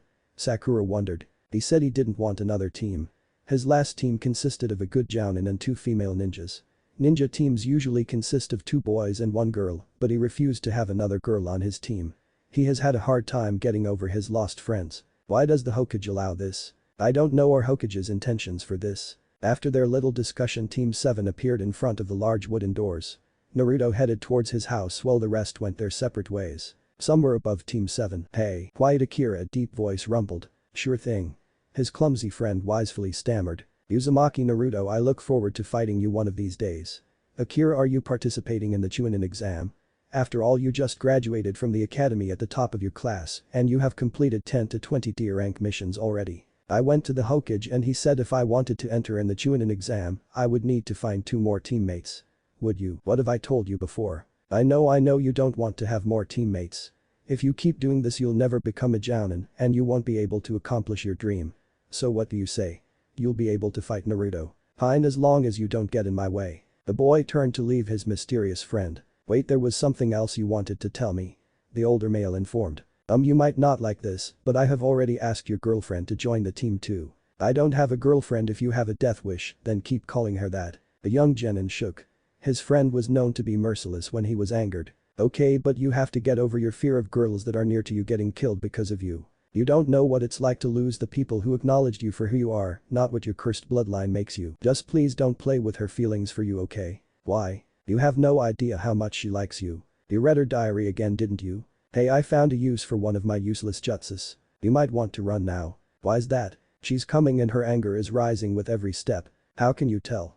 Your eyes are covered. Hey, what have you learned from listening to my advice, Akira? You're always correct when it come to her. Precisely, now run for your life. The dark figure ordered his friend. Akira. A feminine voice screamed from behind the black-clothed genin. Oh crap. Somewhere in town, Naruto clapped his hands together and was engulfed in a red sphere. His father's clothes were soon replaced by his Anbu uniform. He disappeared in a poof of smoke. As he walked down the street he received looks of respect and admiration. So this is what it is like to be respected. Yes, kid. So what are you doing now? I must tell the Hokage about what happened at the bridge. Should we tell Mrs. Haruno? Not unless if I get permission from the Hokage. By this time they had ended their conversation and were standing in front of the Hokage's office. He knocked and walked in. Hokage, he bowed gracefully. I sense that something is bothering you. I followed Naruto and his team with their C-rank mission. During the last moments of their fight with Zabuza, 80 missing nins said that there was a bounty on Haruno Sakura's head. I don't know what to make out of this. I believe that this may be the same organization that took Sakura's father from her 2 years ago, and I wanted to look at the report of that mission. Their assumption may be right, but why would you need to look at the file? You were on that mission to protect her. I was. You were knocked out somehow and you forgot that night and continued on with your missions. I thought you knew. Didn't someone tell you? No. Well, that's off the subject. The Anbu turned to leave. Oh Fox. I have received a mission and the client has suggested you for it. I believe that you can handle it. What is it? Here. The old man tossed a large brown folder at him. He caught it and put it under his arm. The boy returned to his humble home. As he entered through his window undetected, he saw the basket of fruits and veggies Kakashi had given him a couple weeks ago. He picked up a random piece of food and ate it. For some strange reason it tasted extremely tasty. Now time to look at this mission. Mission. Protection. Client. Haruno Sakura. Protector. Fox. U. Rank. S rank. Starts. As soon as you talk to Mrs. Haruno. Mission length. Unknown. Information. You will be guarding Haruno Sakura for as long as it is a necessity. Your objective is to protect her at all costs day and night. Wherever she goes you will be watching. Unless it is the bathroom or she needs her privacy. Mrs. Haruno and Sakura have authority over you. Only if it is a dire or irrational situation can you outrank their authority. This document is for you only. If the organization WAB attempts to attack, kill all that are associated with the attack. Under no circumstances shall you spare any of them. While protecting her you must help her in any way possible. Well, good luck with this mission. Information about the girl is in the rest of the papers in this folder. Sincerely, Hokage Sandame. Interesting, isn't it, Fox? You took the words right out of my mouth. The Chunin exam isn't for another 2 months, so what do you want to do? I need to teach you one of my personal jutsus. The demon's eye. What does it do? I tell you later. The Anbu did a few hand signs and poofed out of the house. Lightly he knocked on the Haruno's door. A young-looking woman answered the door. Hello, Fox. You got your mission. Yes, I did. Why did you choose me? There are many other Anbu that are stronger than me that can guard her better. That's not true. You, out of all the Anbu, you have a determination that matches no other, plus you would protect my daughter no matter what it cost you. So when do I start? Tonight. You can get all your stuff you will need to protect her and come back in time for dinner. Well, I sort of already have everything I need. The lady looked at the boy. His Anbu armor was new. He had 2 katanas crisscrossing on his back with the Haruno family's blade going down the middle of his back. His weapons holsters on his leg appeared filled to their max. His scroll pockets were filled as well, and everything else a ninja would need to fight he had already on his body. Well, if you want to wait in the living room you can wait for her to get out of the shower. Using his Kyuubi-enhanced ears he heard the running water. If he wanted he could probably get a good picture of what she looked like, but the Kyuubi made sure he didn't go that far. Stop that. Naruto, I don't want you becoming a pervert like Kakashi. Control your hormones, man. Sometimes I wonder why I had to be stuck in your mind. Sorry, Fox. Remember, kid, you can't act like the Naruto she knows would. I know. What should I do? She knows I'm shorter than her. I can increase your height permanently if you want. You can? Yeah. So do you want to be a head taller than her? Sure. 1 second then. A slight warmth crawled its way to his brain. Then suddenly a pain reached his system, but he shrugged it off and placed his hands behind his head and closed his eyes. The pain was getting worse by the second.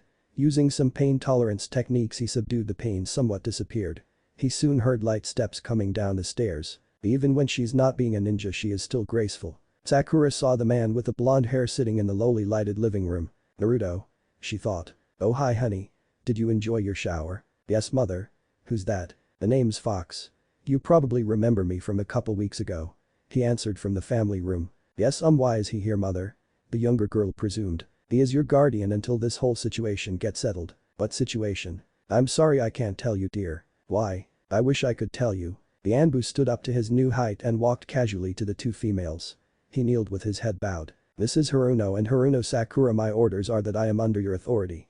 I will be there no matter what you need help with, but if you abuse this authority I was permission to outrank your authority. Ms. Haruno, I will protect you through thick and thin.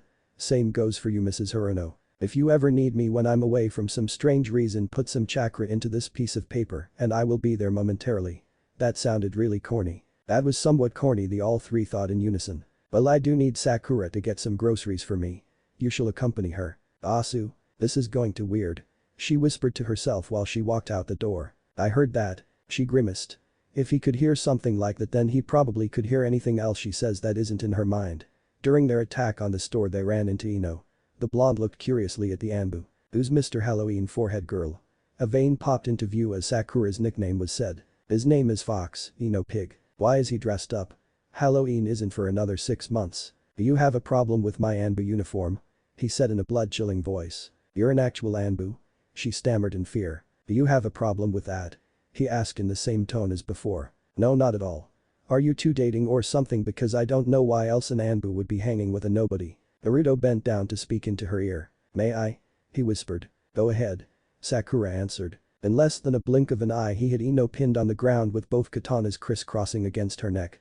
She couldn't move because of this Anbu's sudden action. I have killed many men, seen many people die before my eyes, and risked my life for this city and its people. Do you think I would be hanging out with a nobody? The pure fear in her eyes could be seen in her eyes. It was quite pleasurable for Sakura to see. Ms. Haruno, do we need to go now? Yes we do Fox. The two paid for the groceries and left. The sun was just setting when the couple returned to the house. Mrs. Haruno prepared dinner for the three and they ate gratefully. Naruto didn't take off his mask to eat, so he had to wait until his masters had finished and gone to bed. Before any of them had gone to bed the eldest person said. Sakura, I know this may be a little creepy, but I want Fox to watch you in your room while you sleep. That is a bit creepy. Don't worry Ms. Haruno, you won't even know I'm there. I guess I have no choice in the matter, but you can only come in after I tell you that you can. Understood. He finished his meal and then tapped on the girl's door. Ms. Haruno, may I come in? Yes you may. He entered the large but warm room and found her on her bed reading a book. After an hour she placed the book down and went to sleep, but soon she began to stir like she was having a nightmare.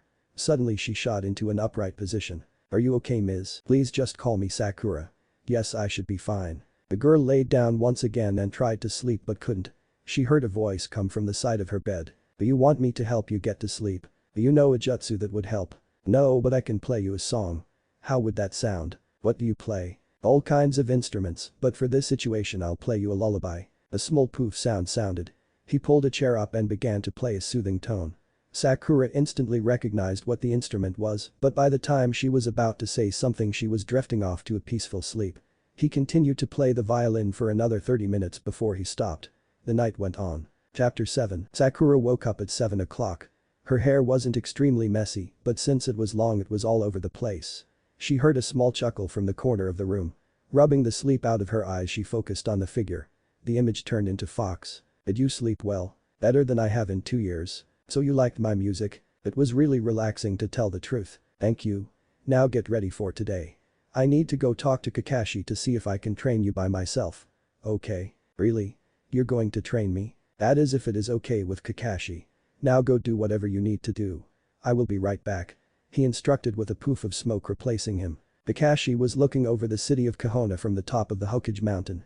A sound made him point his focus in the corner of his eyes. Hello Fox. Hello Kakashi. I heard you are protecting Haruno Sakura. What you heard is true. I was wondering if I could train her until the Chunin exam. You may. I'm training Sasuke and Naruto anyway. I really don't know what to train Sakura in. I can't teach ninjutsu because she has such low chakra. Her taijutsu is good enough for her to become a Chunin, and her genjutsu I can't teach her just yet. However, her chakra control is amazing. So you need to figure out what to do with her. That's what I'm for. The Anbu turned to leave. Fox, wait. May I ask you a question? Go ahead. Who are you? You will learn in time. With another poof of smoke he reappeared in Sakura's room. Fox went through a couple of hand seals and whispered. Body Division Clone Jutsu 20. Naruto had a clone that looked exactly like the blonde boy should without his Anbu armor. Go train with Kakashi and Sasuke. Do your best, okay? You betcha. There was a silence as the clone poofed out of sight. Fox. Is someone else in there? Sakura called from the bathroom. Nope. He simply answered. Sakura came out brushing her damp hair. Of course she was dressed and everything else that she needed to be ready for a day of training. What did my sensei say? I can train you for the next 2 months. Sweet. The two went down to breakfast. The elder woman had prepared a wonderful variety of foods for the two to devour. The two put their dishes away and walked outside. Where are we going to train? We'll be there in a couple seconds. Out of the blue he grabbed her and jumped onto the roofs. He jumped over a large wall in front of them and stopped after he landed on the other side. It had a large open area and a pool of water with a waterfall. The sun reflected off the water at just the right angle that it illuminated the entire place. Wow, what are we going to work on? Taijutsu, ninjutsu, genjutsu, all of them. Now, 2 months later, the training had gone quite well for everyone. Sasuke improved on his Sharingan abilities, Naruto got better chakra control and more ninjutsus, and lastly Sakura had improved altogether. Sasuke noticed that Naruto was his height. Even though the real Naruto is actually 4 inches taller than Sakura now, she is only 3 inches shorter than Sasuke. Team 7 met at their original meeting place, the bridge. Fox said he would watch over her as she was with her team. She went up and talked with Naruto. Fox clapped his hands and returned to his normal attire. Using one of his father's techniques he switched places with the clone. Hi Naruto. Hey, have you grown? You're like taller than both Sasuke and me. I am? Wow.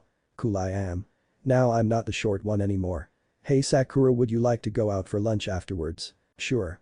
You could call it our first date. Their sensei interrupted them when he appeared. Kakashi, you're early. Naruto and Sakura sat there dumbfounded. Well, it's an important matter. I have suggested all 3 of you for the Chunin exam. It's about time I go to the next rank. Give it your best shot, even though you don't need to. Here are your entry applications. If you wish to be part of the Chunin exam, go to room 301 at the academy tomorrow at 4 p.m. Asu. All 3 yelled in confident tones. Minutes later, so Sakura, where do you want to go? Wherever you want to go. I want you to decide. I don't want you to have to watch me eat ramen all day long while you are already done. How about here? She pointed at a small restaurant that was to the left of them. I have actually heard they have delicious food. Sure, let's go there. The two walked into the restaurant. There weren't a lot of people present, but the feel of the place was warm and inviting. The two took their seats and began to chat. So Naruto, what is up with you? I've gotten a whole lot stronger since the last time I saw you. The boy told proudly. My teacher has made stronger too. Who was your teacher? I don't know if I can tell you. Oh well, what would you like to go eat now? Naruto and Sakura both ordered what they thought sounded good. Communication wasn't what was going on during their meal. All they did was stare at each other when the other wasn't looking at them. Naruto's starting to mature. He is also starting to get quite handsome. The Chunin exam is making me nervous though. Am I good enough so I'm not in the way anymore? It looks like it's going to rain. Wow, Sakura is beginning to develop as a woman. She doesn't have a flat butt and chest anymore. Watch it, kid, I don't want you becoming a pervert. I know Fox, but you got to admit she is hot. She reminds me of my girlfriend. Who was she? Her name was Kuruno. She was a white two-tailed fox. Everyone loved her, but she had chosen me, even thought I was an outcast. To tell you the truth, Sakura reminds me of her. She had no blemish on her body and she had a face to prove it. Sure, she had an attitude that no one wanted to mess with, but she was still as beautiful as the sun in the morning when it rises. We got engaged when we were young. That is exactly how Sakura is. So what happened afterwards? 4 days before we were going to get married she disappeared. Of course I went looking for her and found that a human killed her. I recognized the symbol on the forehead protector and that's when I lost all control. I attacked Kahona because they killed her. Now that I think of it I remember that there was something similar to the way that the person killed her and oh never mind. Do you know who did it? No, all I can remember is that it was a woman. She was beautiful, but I didn't really care. When I attacked your village, I tried to find her, but failed. Naruto. The boy jumped from her sudden voice. Yes. He stammered. Are you alright? You look like you were thinking hard about something. It was nothing. Did you enjoy your lunch? Yes. Thank you. It was my pleasure. Like Sakura had predicted earlier it was raining. Sakura, why don't you come to my house until it clears up? Sure. The two ran for what seemed like an hour before they reached Naruto's house. He unlocked the door and she stepped in. Her hair and clothes were wet. Naruto was the same as her. While she stood there in the entryway he told her to wait here. In his room he reached his arm into the same wall he had pulled out his chest out of a few months ago. He reached in the second compartment. Pulling out the second set of clothes he went back to the shivering Sakura. Dear, there is a towel in the bathroom you can use to dry yourself. Sorry I don't have any undergarments for you to wear. That's no problem. Mine are dry enough. She blushed slightly. The bathroom is the first door on the right. Oh, and don't put on that black underpiece of the clothing. It's weighted and its weight is from 50 pounds to 100 pounds. It feels light right now because chakra has been put into it yet. Thanks. She dressed and came out. What she wore gave a slight nosebleed to Naruto. Her slim body was acknowledged by the black undershirt that showed a little of her cleavage. The green skirt-like shorts weren't too tight on her waist and thighs, but were just tight enough to make her tiny waist known. She had a green waist-length vest-like coat that made her appear hotter to Naruto's point of view. There were a lot of other things that made her look ever sexier, but right now they didn't really matter to Naruto because he was too busy foaming at the mouth to care. Sakura blushed at this and asked him a simple question hoping to wake him from his current state. So you like what you see? By the way, whose are these? The boy nodded furiously to her first question but paused before answering the second one. They were my mother's. I didn't know her and all that I do know is that she died giving birth to me. Sore, don't worry about it. It is in the past. Still you look amazing in that. She blushed pink. Why thank you. You can keep them if you want. I have no use for them and they fit you perfectly. Are you sure?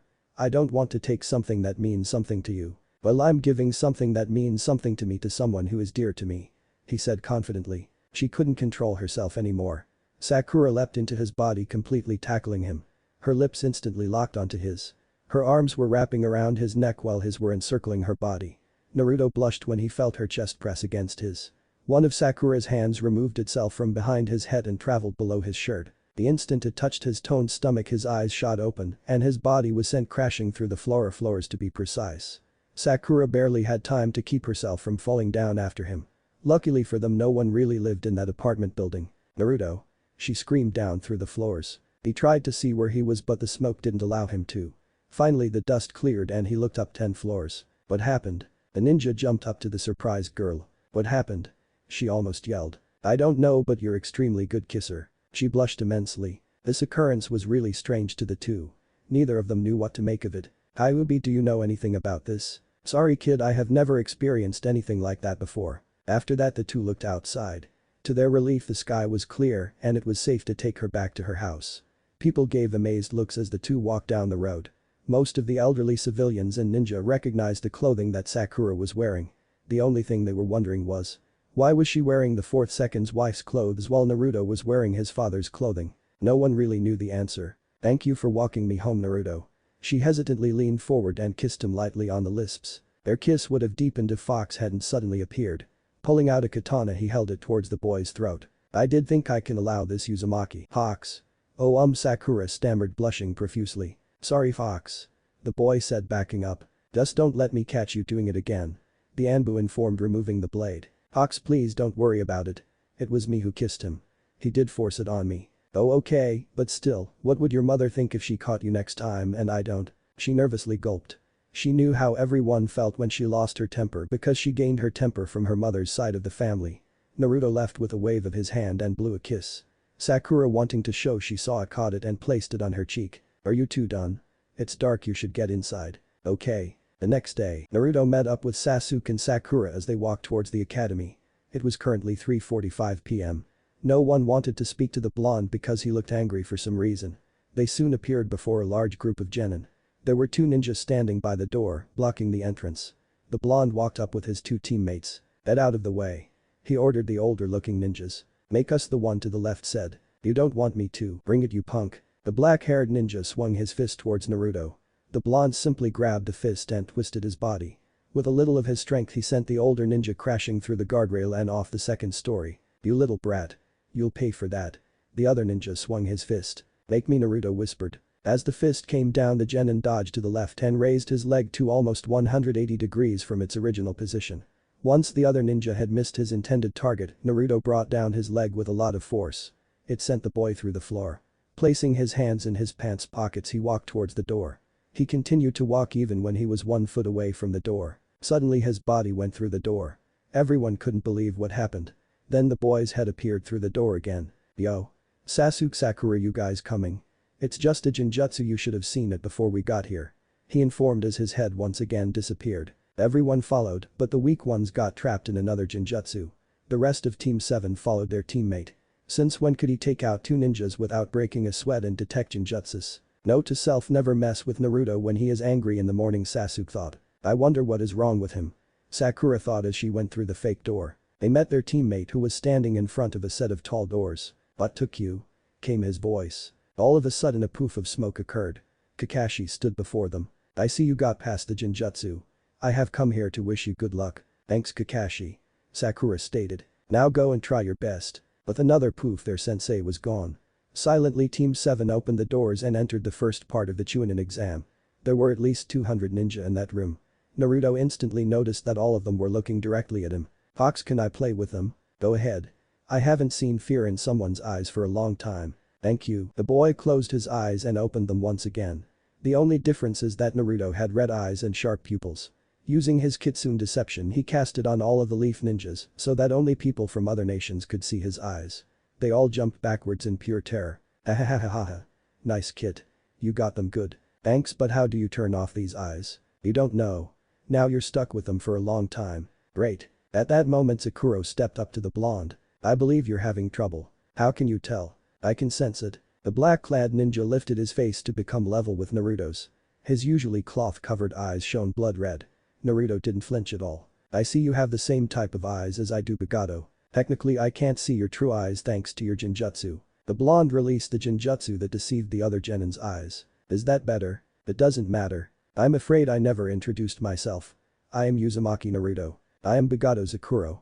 We have a lot in common my friend. What do you mean by that? We both have no family left and you know the same pain as me. How do you know anything about me? I see all your clan is one of the most powerful clans that are known because they specialize in speed and power. Your father was the 4th Hokage, you have how can I say it? The tall genin bent down a few inches to whisper in the boy's ear. The most powerful demon in your stomach. How do you know about him? He whispered so only Sakura could hear. Because of my bloodline I can search your minds for anything I want know. Don't worry, your most personal secrets I cannot enter.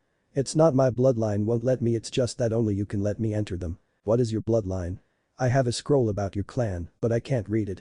I don't know why my father gave it to me. It's known as dragon's blood. My family was hunted down because of it.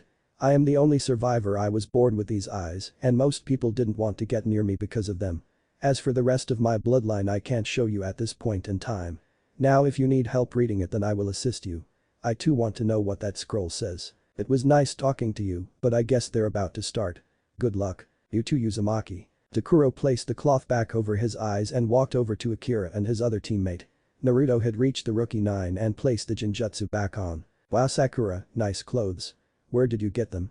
Ino asked. That instant Ibiki walked into the room. Shut up and listen. He yelled over the chatting. Everyone paid attention. Slowly the Jounin walked to the center of the platform. As you all know you have been chosen by your country to represent your country in the Chunin exam. I am known as Ibiki. There was an uncomfortable pause. Now everyone will get in an orderly line and pick a piece of paper from this box. When you have gotten your number you will take your seat.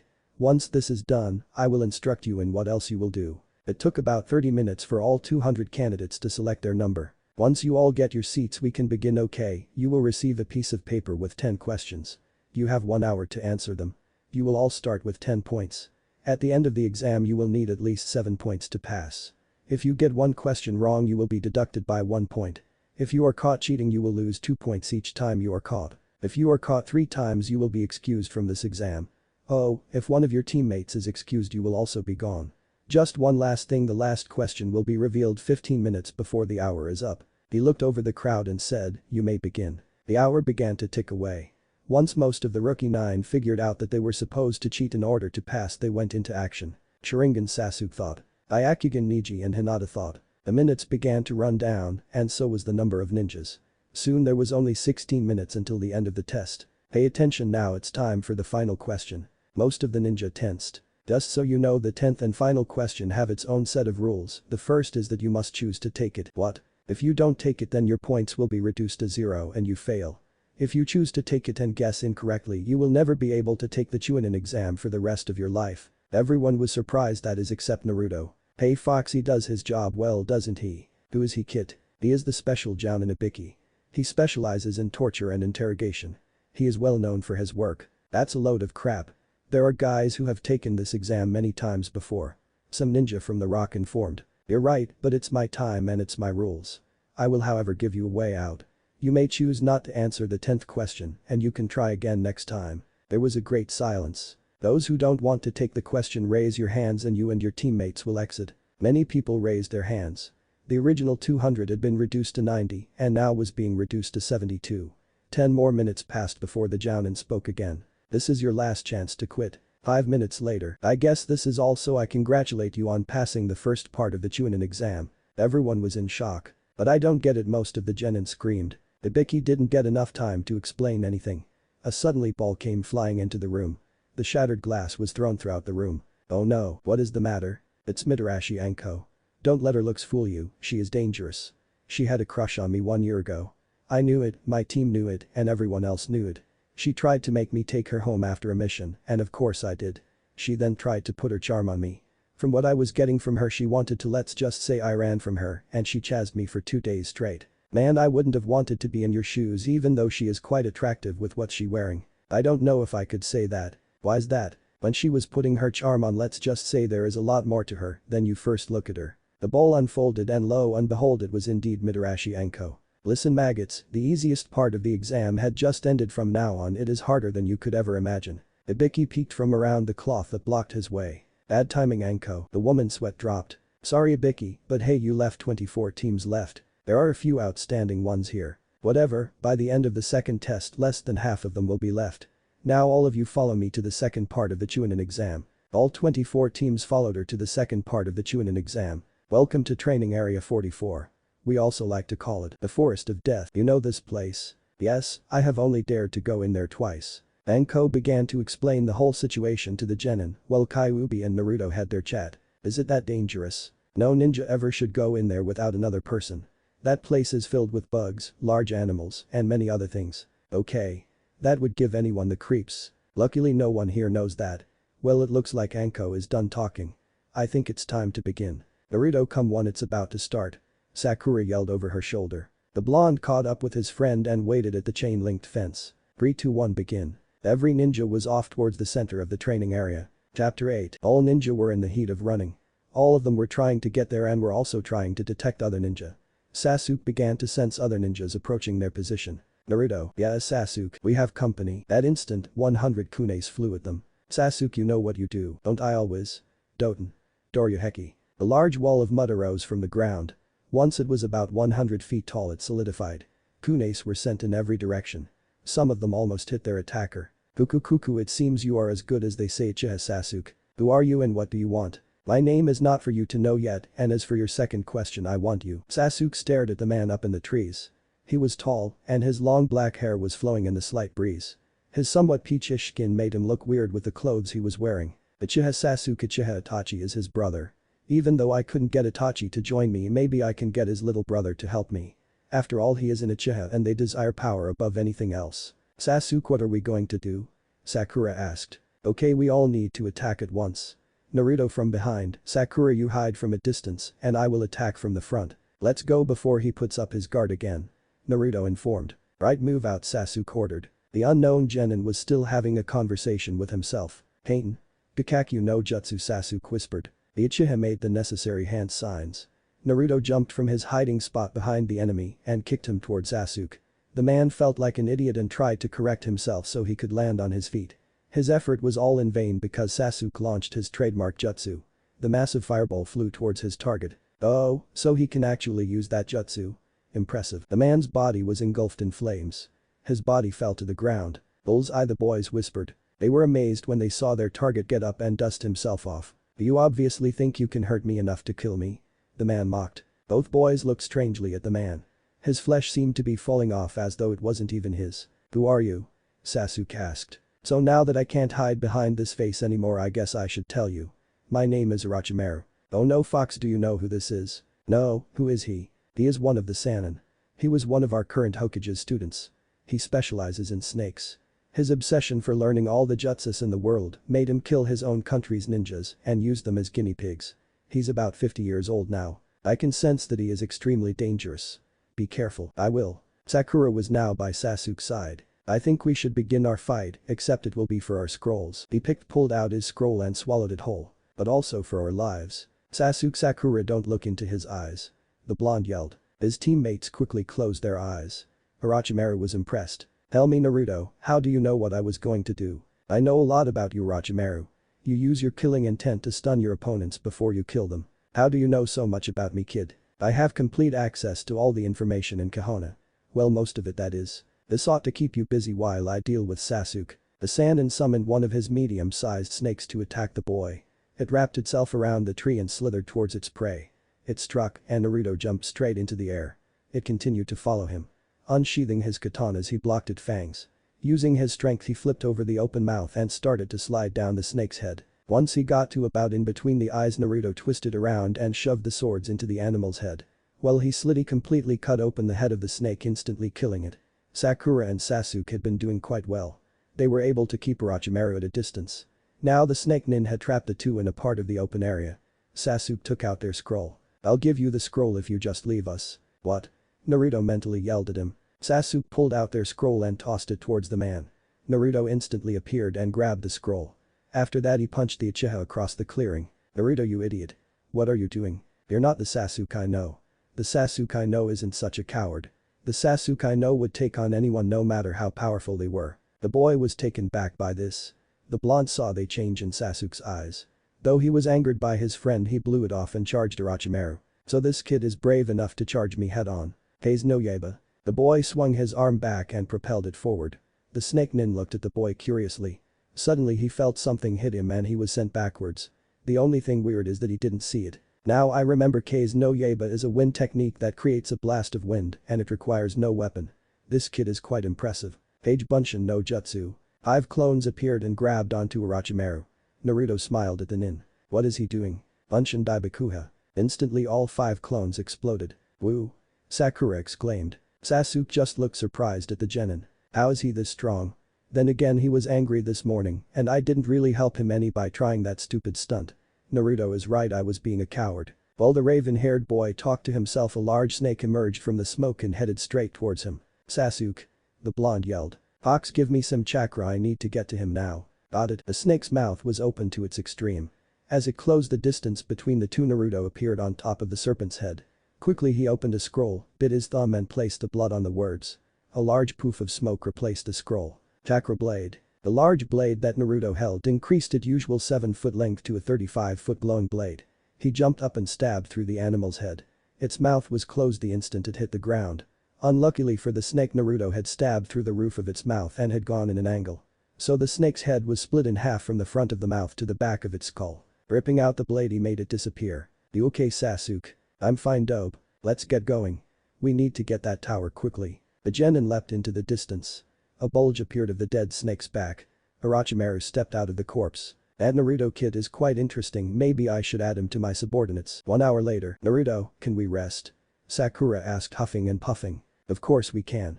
Naruto answered. Sasuke put his hands in his pockets and leaned against a root. So Naruto, what were you so angry about this morning? My stupid landlord had me working all night repairing the floors and ceilings I broke. Oh, so are you okay now? How could I not be when we have both scrolls? What? The two genin exclaimed. See for yourself. The blonde pulled out 2 scrolls.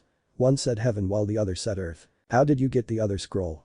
Sasuke. Deception, I used one of my blank scrolls to copy and then I switched it with Orochimaru's when I kicked him toward Sasuke.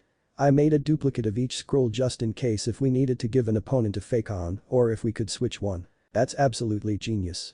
Sakura exclaimed. I have to hand it to you, Naruto, you actually did something smart. Now that we have both scrolls we need to get to the center of the complex. Asu. After 5 more hours of running they got extremely close to the tower. Night had finally come. We need to stop. If we continue any further we might run into enemy traps. Sakura stated. You guys can go to sleep. I'll keep first watch. The blonde informed. Both of the other genin went instantly to sleep. The moon barely shone through the thick woods. Naruto watched as Sakura slept and as the moon's light pierced through the treetops it brightened her face. He took off his coat and laid it on her body. The large clothing easily covered her small frame. Well, this is going to be a long night. As the boy sat there in the darkness he searched for any other chakra signatures. Luckily for him, he didn't sense one for about 10 miles away. Fatigue finally kicked in. He drifted off into a light sleep. Any noise that his enhanced ears could hear would instantly wake him. Hours passed quickly and Naruto had woken up.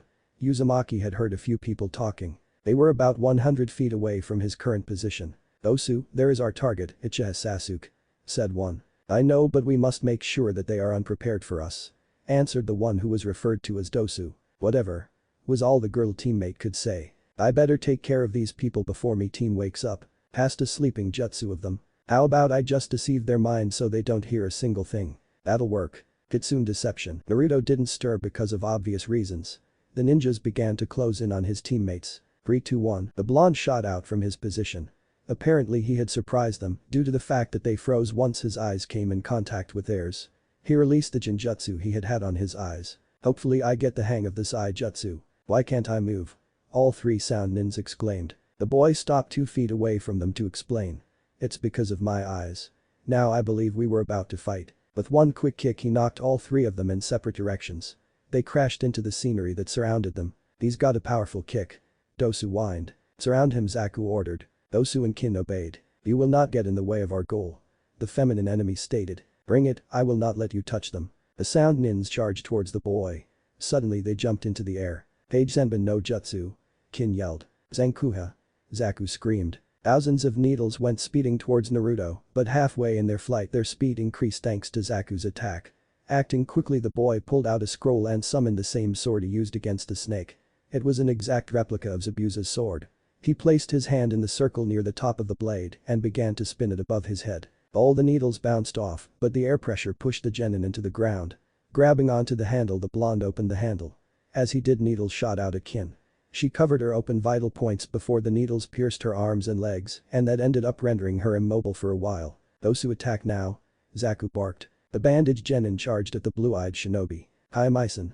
The boy yelled as he swung his arm that had the melody arm on it. "I don't think so," Naruto said. With one smooth motion Naruto detached the melody arm and placed it on his forearm. Rearing his fist back he slammed it into the ground. Sound shockwave. Both of the male enemies were sent into some of the large trees. While the boys continued to fight Kin had dragged herself over to the sleeping ninjas. "Hey blonde, I would give up if I were you," Dosu informed. "Why would I do a thing like that?" "Because our teammate will kill the girl and Sasuke if you don't," Zaku added. Naruto looked at his teammates and at Kin. "Fox, what should I do? Let me take over." "Okay." Naruto's features appeared more animal-like, but his eyes stayed the same. In the blink of an eye he had Kin pinned beneath himself, Zaku pinned with 2 katanas crossing over his neck and weird-shaped kunes holding his hands down, and Dosu had the large sword hovering over his body. Kin began to blush immensely when she realized the position she was in. Naruto had his legs pinning her legs down, his pelvic region was extremely near to hers, his hands pinned down her needle-filled arms, and his face was extremely close to hers. Her blush continued to increase with every passing moment. "Is he going to take advantage of me?" she instantly thought. "You can't be serious, can you?" the blonde asked her. "What are you talking about? Due to the look in your eyes and the blush on your face you think I'm going to take advantage of you?" was all she could muster. There was a longing silence until Dosu spoke up. "We'll give you our scroll if you let us leave." "Keep your scroll, I have no use for it." "Now I believe your name is Kin." "Yes, what does matter to you?" "Hold still." He ordered. "This won't hurt much." She was right, he was going to take advantage of her. She began to try and struggle free but failed miserably. Using his hands he put her arms above her head and gripped them with one hand. Naruto began to grab the needles that were in her leg and pulled them out one by one. Then he went to the ones that had gotten past her defense and landed in her sides. Next he went for the ones in her arms and shoulders. She felt this strange feeling towards this blonde-haired genin. What is this feeling? Is he being nice to me?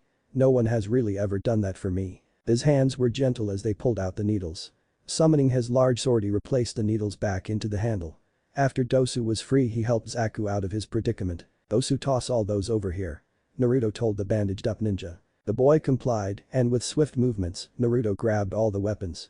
Putting them in their respective places he pulled out a jar of salve. "Kin, here, put this on the wounds," he said as he got off of her. Thank you. I never caught your name." "The name is Uzumaki Naruto. I'm Tsuchi-kin, that is Kanuta Dosu, and last, but not least is Abumi Zaku. Nice to meet you, but remember I could have taken your lives but decided to not. If you want you can stay here in Konoha and restart your lives and not have to be controlled by Orochimaru. I have a friend who more than willing to personally see to it that you can stay in Konoha. If you need to contact me use this." He summoned a strange-looking kunai. "We'll think about it," Kin answered. "Oh, and if you want the other scroll there's a party of mist nins in that direction. Oh, and Dosu, here's your melody arm back. Keep it. I have another one right here anyway, and thanks again Naruto," Dosu said. "No problem. You guys better make it to the second part of the Chunin. I would look forward to fighting you again." The sound nins jumped towards the mist nins. On their way they began to talk about Naruto's offer. "Should we accept the boy's offer?" Dosu asked. "I don't know Dosu, but the kid does have a point. We could start over with our lives," Zaku added. "He was extremely nice when he helped me," Kin asked. "I think Kin has a crush on Naruto Zaku." "Same here Dosu. Shut up both of you." The boys laughed as their teammate blushed furiously. The mist nins didn't know what hit them. They didn't realize what happened until they were disarmed and lost their scroll. Back with Naruto and company, the blonde watched as the three disappeared. He uncast his ninjutsu on his friends. "Sasuke, Sakura, wake up." They stirred and woke instantly. "What is something wrong?" Sakura inquired. "No, nothing at all. We should get going before we are attacked before we get to the tower." "Whatever, let's just get going." The three packed what was unpacked and Sakura gave Naruto back his coat. After thanking him they were off. Surprisingly enough they didn't notice the melody arm on his right forearm. The three jumped towards the treetops. In about 2 hours they arrived at the complex. The sand nins were already there. Gaara just gave Sasuke and Naruto one of his famous unemotional glances. Once showed to their rooms Team 7 had settled down. On day 3 of the 5-day limit Naruto found Sakura in her room deep in thought. "Hey Sakura." No answer. "Hello." Again no answer. The boy began to lightly tap on her forehead. Sakura finally awake from her thoughts to realize Naruto standing in front of her. "Is something wrong?" he simply asked. "No, I'm fine. Don't lie to me." His blue eyes looked worriedly into hers. "I hate it when you do that. For some strange reason I feel like I'm always useless to you guys. Is that what it's all about?" he asked with a smile on his face. "I'm serious. How can you be worthless? You give me a reason to fight." "What do you mean?" "Haku taught me that when you have a precious person to fight for only then can you become strong. This is an important lesson. You, Sasuke, Iruka and Kakashi are the first to acknowledge me. To me you are my precious person to protect. I will not let anything happen to you." "Wow Naruto, I am your precious person." "Of course you are, why wouldn't you be?" She was speechless. All she could do was jump into his body and start kissing him. They continued on for a while until, of all the people to show up, Kakashi walked through the door. Am I interrupting something?" Sakura jumped off her companion quickly. "No, not at all," she answered blushing profusely. "Then why is there lipstick on Naruto's mouth?" "I don't wear lipstick Kakashi." Oh well it doesn't matter now does it? If you two are done with your antics you can join everyone in the dining hall. "Thank you sensei." Naruto slowly walked past the girl, but before he exited the room he whispered to her. "We'll continue this tonight." She began to blush even more. Soon she followed her teammate out of the room. Dinner consisted of many things, most of them were delicious. The team from Sound had actually made it right before the feast had commenced. No one talked as they ate the meal gratefully. Once they were done the 3 Sound members met up with the Uzumaki. "Hey Naruto." Kin called to him. "Yes. We 3 have come to a decision. We would like become part of the Leaf." Dosu informed. "I agree with him," Zaku said. "Good. Now all we have to do is to wait until after the preliminary rounds of the second part of the Chunin exam. After that I will get my friend to talk to the Hokage." "Thank you Naruto. Oh and just so you know, if you get matched against Gaara forfeit immediately. He is suppressing his true power and it rivals some low-level jounin." "Thanks again Naruto. Bye for now." Chapter 9. It was near the midnight when Naruto had finally entered her room. For some strange reason she was still up in the clothes he had given her. The boy looked questionably at her. "Are you okay?" His tone had a lot of worry in it. "Naruto, I was thinking about what you said and I don't really know who needs my protection." "Sakura, it's no a matter of who you can protect, it matters who is precious to you. Let's say your mother for instance. You fight for her so that she will be able to see you again. Sakura, I can even be your strength in battle. There are times where I wouldn't be able to handle a situation, but you will. Do you understand?" "Yes I do." What took you so long for you to get here? Sorry, I had to talk to Kakashi and some other people. Who else did you talk to? Oh, amazingly enough Sasuke actually wanted to talk to me. Really? Now that is over, where did leave off? I think it was right here. He grabbed her sides and pulled her in. Kissing her gently, she melted into the embrace. They didn't kiss long, but it was enjoyable. Sakura, please get some sleep. We only have a day to prepare. Final day. All of the Rookie 9, Zakuro's team, Guy's team, the Sound 3, the Sand siblings and a team of Grass Genin made through the second part of the Chunin exam. A Jounin stepped into the middle of the ring. He raised his arm to silence the chatting Genins. Now settle down. I will not repeat myself. A sickly-looking man announced. I will call out your names. When your name is called, you will enter the ring. I will tell you when you can begin to fight each other. You may not kill your opponent, but you may either beat them into submission, knock them out, or they forfeit.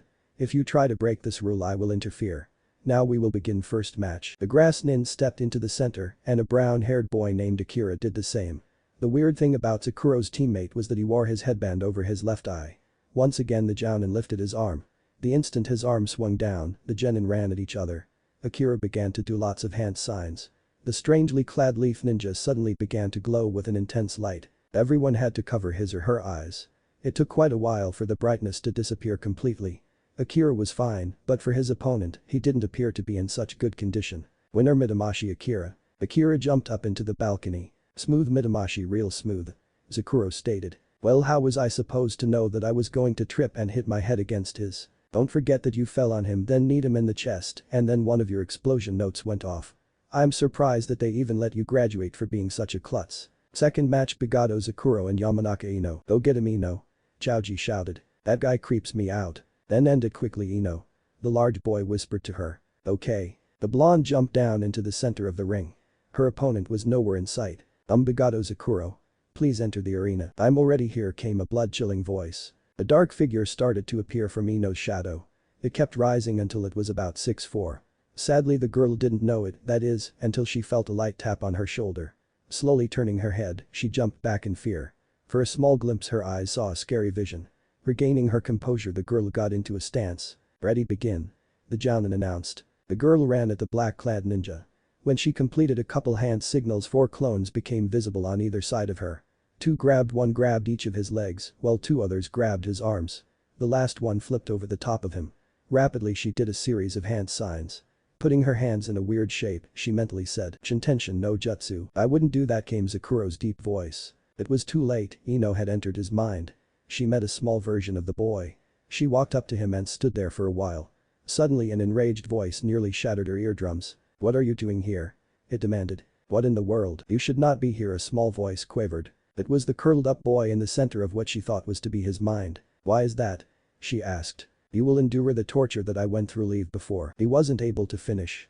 Zakuro's memories of his past teammates and missions began to flood into her mind. Some were pleasant, but soon those were crushed and replaced with all of his horrible memories. An intense pain shot through her head. She cried out in pain. You must get out of here. The boy yelled. Please cancel your jutsu now. The silver-haired male ran at her. With all his might he pushed her out of his mind. She entered back into her body, but she was unconscious. Gently the tall boy picked up the girl. He jumped up to her. Sensei. Asuma, take her to a hospital. If you don't, you can say goodbye to the Ino you knew. What did you do to her? Sakura tried to beat him to a pulp, but Naruto held her still. He walked over to the pissed-off Kunoichi. It's not what I did to her, it's what she did to herself. What? Sakura Ino's Shintenshin no Jutsu makes her enter the mind of an opponent. Its greatest weakness is that she not also takes over her opponent's body, but she also gains their feelings, memories, and other things. She witnessed his life, and it put her into a state of shock. It nearly destroyed her if it wasn't for Zakuro. Naruto informed, letting her go. Winner Bigado Zakuro. Next match. The next match went quite quickly. It was the feminine teammate of Zakuro's team and Rock Lee. The match didn't last long. Lee did a quick chop to the back of the neck.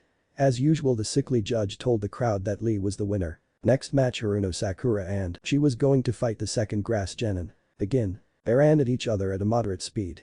The Grass Nin pulled out a longer kunai. Using the forearm guard, Sakura parried each blow over and over again. Once she got bored of this, a blade ejected from the guards. It went parallel to her arm. Then she pulled out 2 knuckle blades that connected with the forearm blades. This made a protective metal weapon that looked like 2 L's on her arms. The pink-haired girl began to instantly put her opponent of the defensive. The Grass Nin panicked and fell down. Instantly Sakura was on top of him with her arms crisscrossing over his neck. "I forfeit," he yelled. "Wow, Sakura has come a long way." "I agree." The next matches went shortly too. Shino beat Zaku, Shikamaru beat Kin, Temari beat Tenten, Dosu forfeited to Gaara, and Niji beat Hinata. The next battle was Sasuke against Choji. The two faced each other with stern faces. Choji was the first to act. Using his meat tank jutsu he rolled up into a ball and sped towards the prodigy. Sasuke jumped up and was blown back a few feet from the impact that Choji made in the wall. "The Kurokaiuen jutsu," Sasuke yelled. His hand glowed with a dull blue color. On impact Choji minimized and looked completely drained of power. Winner Uchiha Sasuke. Next match, the last Grass Nin and Kankuro faced off. Using his mastery of puppets the Grass Nin didn't stand a chance. Winner Kankuro. Next match Inuzuka Kiba and Uzumaki Naruto. The two prepared to fight. "So let's see how powerful you've gotten dead last. Don't be so cocky Kiba. Don't boss me around, you won't even be a challenge to me." "Oh really? I bet you my necklace I can beat you in 1 minute." "If you lose," the dog boy said as he pulled a silver chain necklace that had 4 sets of fangs on it. "I will give you this. It's a family weapon. These are worth more than you can imagine." The blonde interrupted him as he held out a weird-looking kunai. "It's a deal, loser. Begin." Naruto went quickly into a strange stance. His right foot was placed behind him and his left was in front of him. His right arm was bent at the elbow, so his forearm covered his eyes while his left did the same, except it was a bit lower, about parallel of the mouth. All but his middle and pointer finger were extended towards the dog master. "Legs, get this over with." A black aura began to slowly seep its way out of Naruto's chakra holes. It soon began to encircle the blonde. No one knew what this jutsu Naruto was doing. "Kakashi, what is Naruto doing?" "It's probably one of his self-created jutsus. Do you know what it does?" "No, but maybe we'll find out." Kiba just stood there watching, waiting, and wondering. Suddenly his sensitive ears heard a low voice. It said "Night of 1,000 strikes." The darkness that surrounded the boy shot throughout the room, blinding everyone's view. Only some heard the few sounds that were made from his attack. A few seconds later the darkness dispersed. There on the ground laid a pretty beaten-up Kiba. The blonde stood over him with a puppy in his hand. Winner Uzumaki Naruto. The preliminaries were through. The Hokage himself appeared in front of the winning genin. "Listen and listen well. All 12 of you that have passed the preliminaries are going to participate in a tournament for the third part of the Chunin exam. After you get into a single file line, you will pick one piece of paper out of this box. When you get your number, tell the man over there." This process went relatively fast. The battles were Niji against Shikamaru, Sasuke against Temari, Lee against Gaara, Naruto against Shino, Akira against Sakura, and finally Sakura against Kankuro. You have 1 month to train and prepare for your battles. Now go and prepare. "Asu!" Most of the genin shouted. Naruto was instant gone after that announcement. No one had a chance to stop him. The Hokage had just arrived when an Anbu was standing on his windowsill. "Is something wrong?" "Sir, Orochimaru is here." "Yes, I know, Anko has already told me." "Lord Hokage, I have 3 sound genins that would like to quit their participation with Orochimaru and join Kahona. I could bring them in. That means that they would have to become missing nins and traitors to the sound. Sandame, I know that you now know that Orochimaru is the leader of the sound. They are willing to join us. Bring them in and I will talk to them. Oh, and one last thing, they might be sought out by Orochimaru and I believe they should hide with someone or somewhere. How about that one building behind the Hokage mountain? That is property of Uzumaki Naruto. Well, he doesn't own it yet. Could you deliver this scroll to him? It's the deed to that property and anything on it." "Right away, sir." The Anbu disappeared swiftly. 3 sound nins were traveling around the large city. Suddenly a masked person appeared before them. "Please come with me. The Hokage wishes to speak with you." Of course they followed. Once there an old man motioned for them to sit down. Their chat went for quite a while. "So where do you believe you were going to stay?" "We don't know. Orochimaru could try and find us pretty soon, probably to kill us. You 3 could probably stay with Naruto since he just got a large house that no one except a select few know about. No one can enter unless Uzumaki Naruto himself brings you in. Speaking of which, he's outside the door right now." And Sandame pressed a button. A blonde boy stepped into the room. "Naruto, welcome. I believe by now you know of your family's house." "Yes, I do. Did you need something?" "Oh, hi Kin, Dosu, and Zaku." "Hello, Naruto."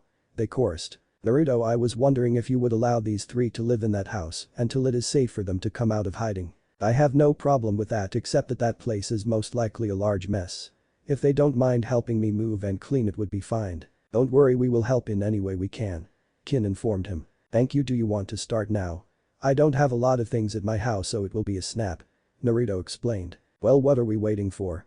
Let's go." It didn't take them long thanks to the blonde's clones. The house was large. Its front lawn alone was enough to let two powerful shinobi to have a good fight. The house was about 500 yards in front of them. Slowly they trudged onward, that is until they got to the front door. Opening the front door, they were all taken back. The place had some of the finest furniture. There was a large couch, a big screen TV, and a lot of other fancy things. Man, my father knew how to trick out his house. Naruto, come and look at the kitchen. Dosu yelled. Holy crap. The place was loaded with tons of ramen flavors, but it also had a large supply of health food too. There were actually 5 different fruit trees in the back. They finished unpacking and choosing which room they would be staying in. All 4 of them ate dinner together. Hey, I forgot to give you these. The blonde tossed them each a leaf headband. I don't know if this is legal, but that Hokage gave me them. I'm going to go to sleep, I have a long month ahead of me. Oh, and if you need anything, do not leave this house, call me using that thing I gave you in the Forest of Death. Okay. Yes, Naruto. They answered. The next day Kakashi informed him that he would be trained by another Jounin.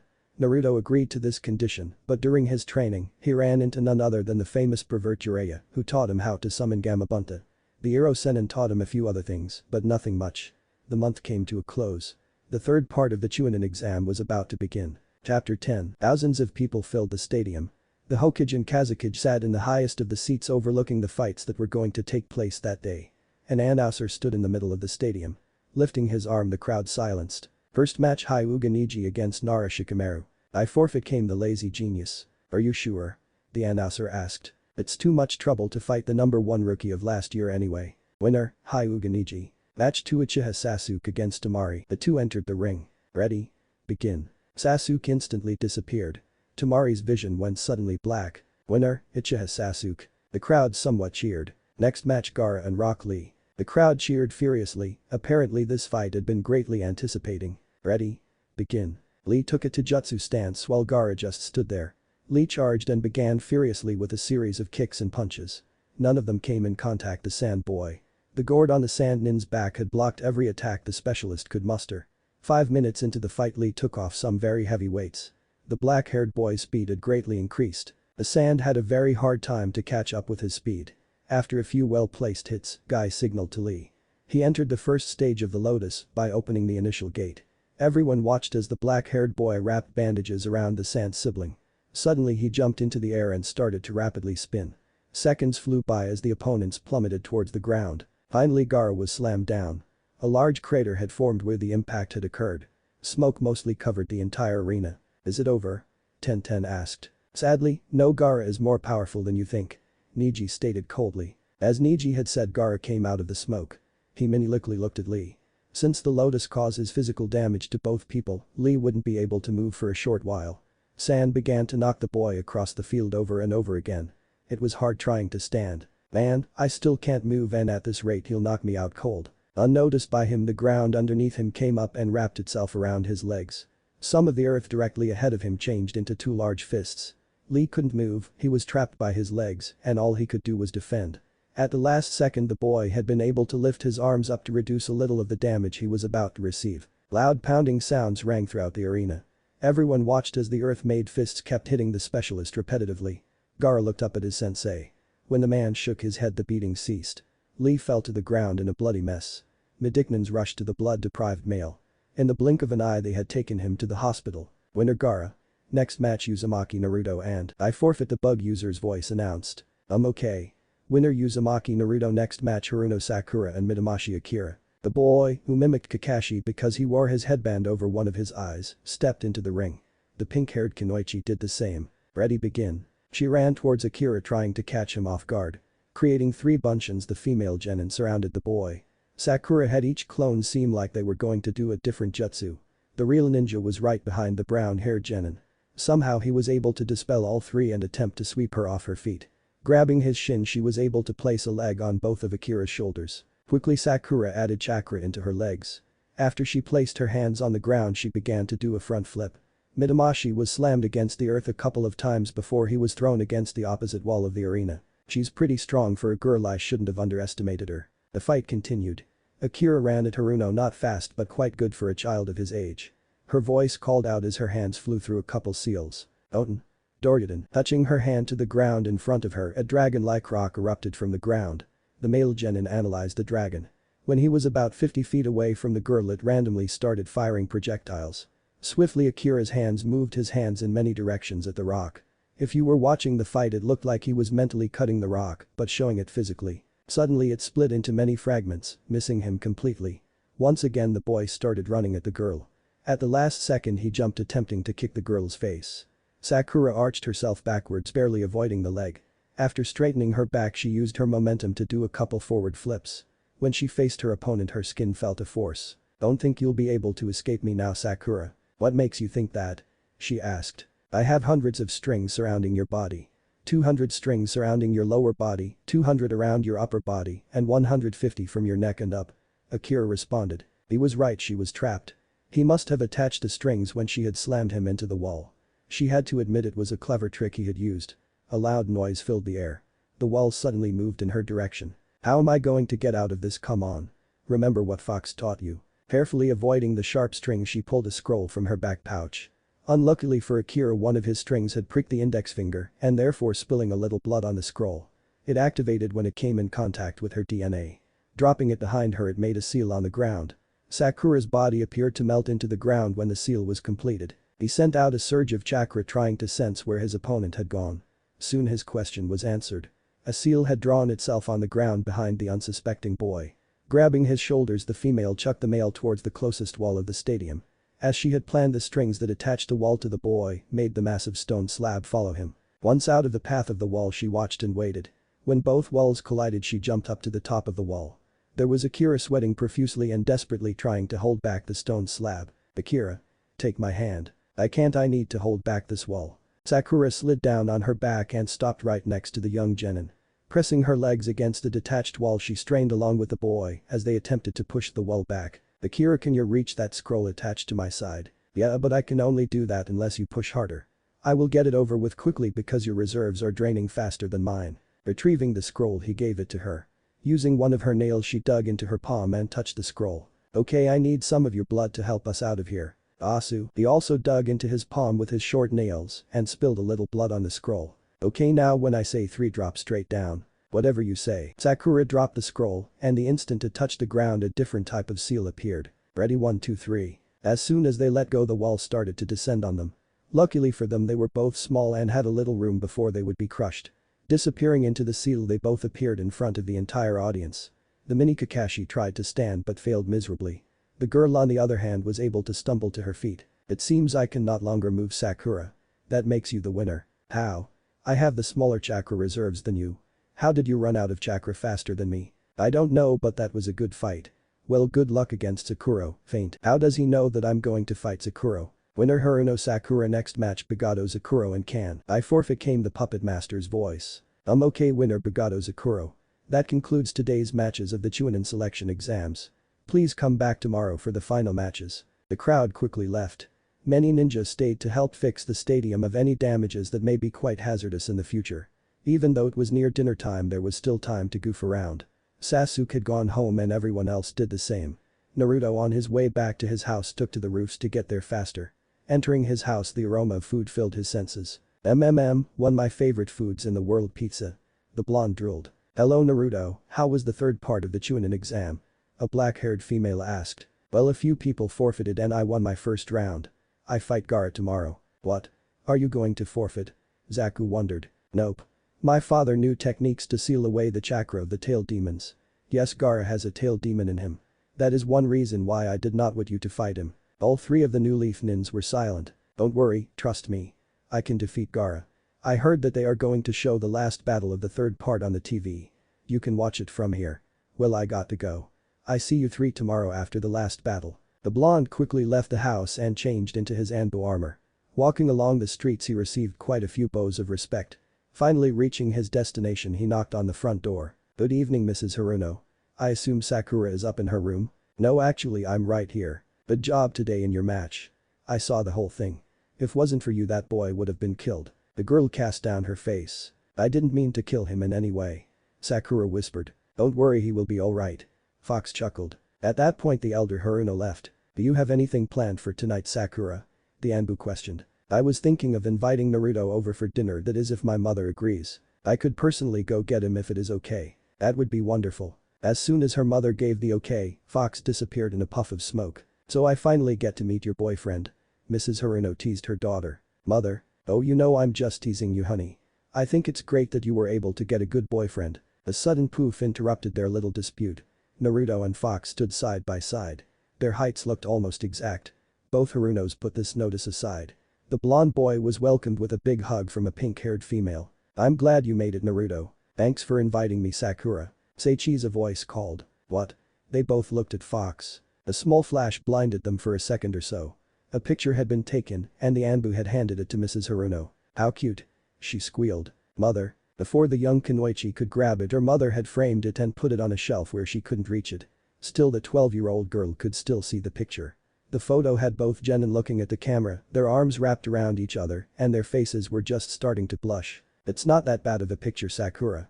Naruto informed. If you weren't my boyfriend, I would smash you through that wall. Nervously, the blonde placed his hand behind his head. You three can wait in the living room while I prepare dinner. Okay.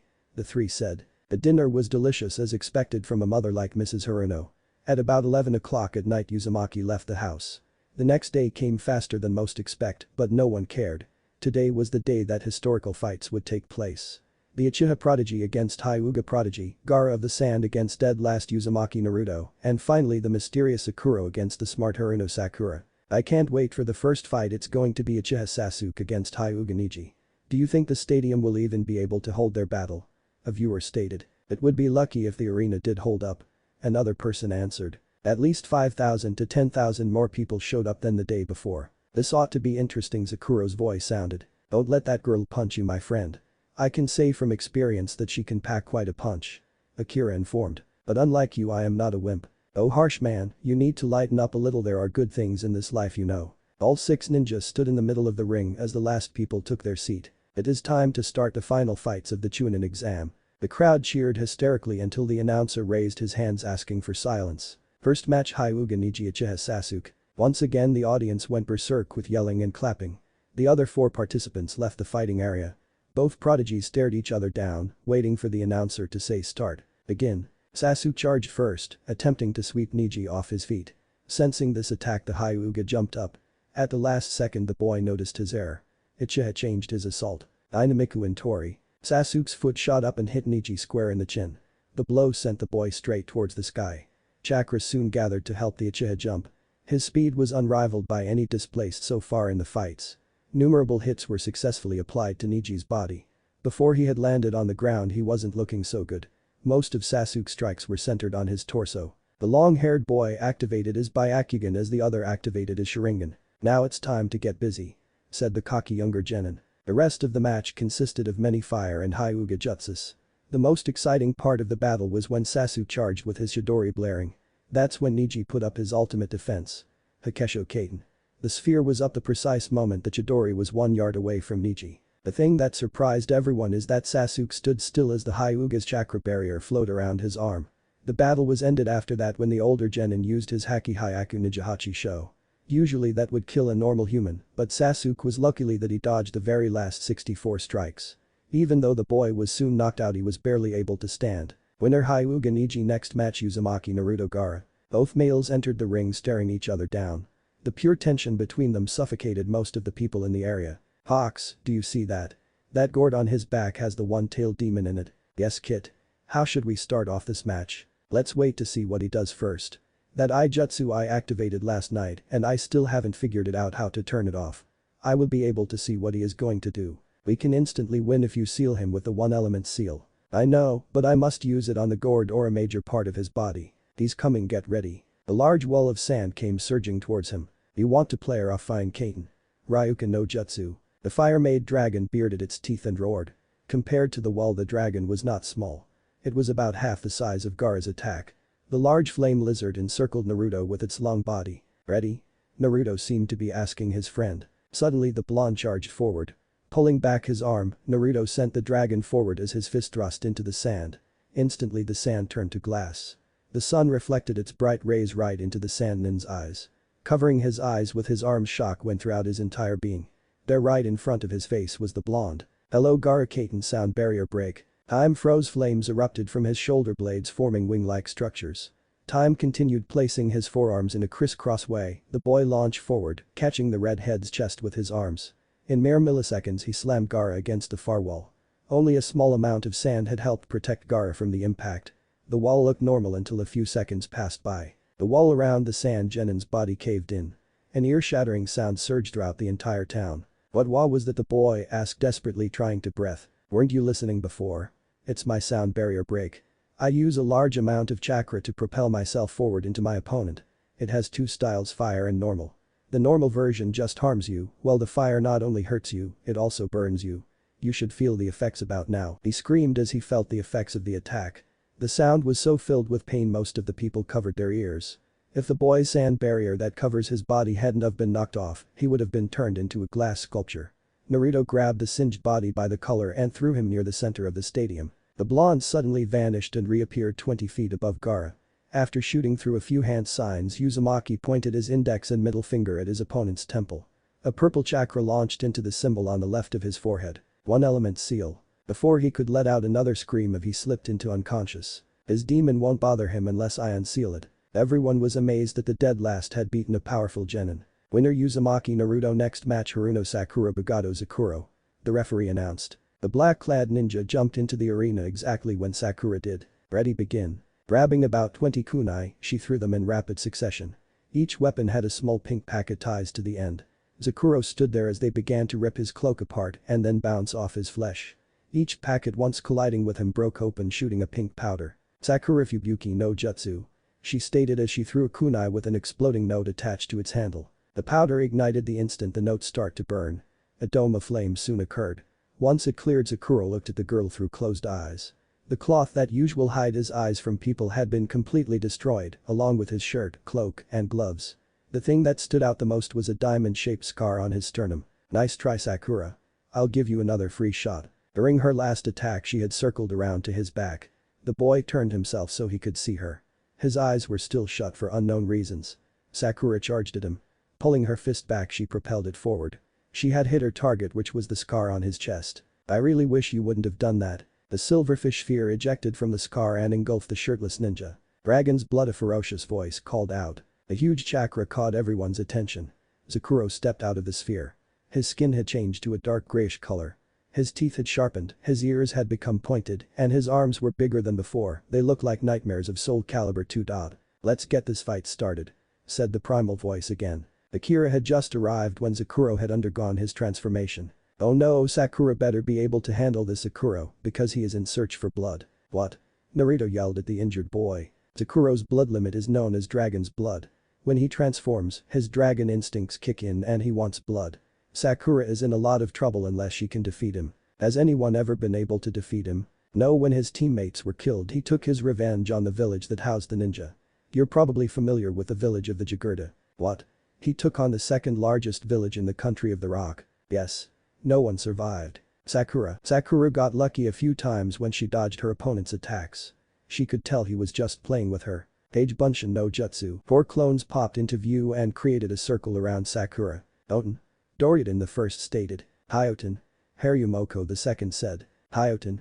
Kakuryubo Fusetsu the real one whispered. Haten. Ryuka no Jutsu the third announced. Suiten. Suryuten no Jutsu the last declared. Earth, ice, darkness, fire, and water circle of the 5 dragons. The earth dragon bit her left thigh. The ice froze her right thigh. Darkness attacked her left arm while the water nearly broke her right arm. However, the fire dragon shot straight towards her stomach. Strangely, it seemed to be sucked into her belly. Still, the kunoichi fell to the ground. All of her limbs refused to move. Blood was trickling down everywhere. Sakura had to spit just to be able to breathe. It's time to end this. It hurt, but she still raised her head to watch him. His hands couldn't be seen by her as he went through what seemed like 10 minutes of hand signs. Oblivion final judgment. Making a crater as he jumped into the air, he entered the atmosphere. What am I doing? Winning this fight? A primal voice called from inside Sakuro's head. I don't want to kill her. He retorted. It's too late now, there is no one that can stop me now. There's one. Naruto, please stop me. The silver-haired boy yelled. What? Fox, what do I do? The boy asked urgently. Hit, remember that barrier I taught you? Yes. Do it. Kyuubi called. Won't it reveal too much of my power? What's more important, Sakura or your secret? Naruto disappeared just to reappear standing over Sakura. He pricked his 2 longest fingers on each hand. The blonde waved his hands in the air and made a circle. Then his arms went wild as the blood made a seal in midair. He made barely a minute to complete the seal. Sakura was about 20 feet away when the blonde finished his blood seal. Gather chakra, he forced it into the seal. Nine Tails barrier level 1. He mentally screamed. 9 tail-like structures shot out of the ground and surrounded the two genin. Thank you, Naruto. Both forces collided. Heat was building up and a lot of people had to back up. Naruto's and Sakura's power were currently matched. He's putting more chakra into his attack. Level 2. Hurry up and knock him back, you don't want to run out of chakra. Fine. He breathed. Level 4. The dome that surrounded Sakura and Naruto expanded and blew away Sakura. Dust shot up everywhere. Throwing a kunai towards the hospital, Naruto vanished. Winner Bugado Sakura. Next match will happen in another hour. Please come back and watch Hyuga Niji fight Uzumaki Naruto. What if Naruto changes after graduation? NaruSaku. Thanks for watching my video till the end. If you enjoy this content, then do consider subscribing to my channel and leave a like if you guys need the next part. Comment down, and thanks for watching the video and see you guys in the next video.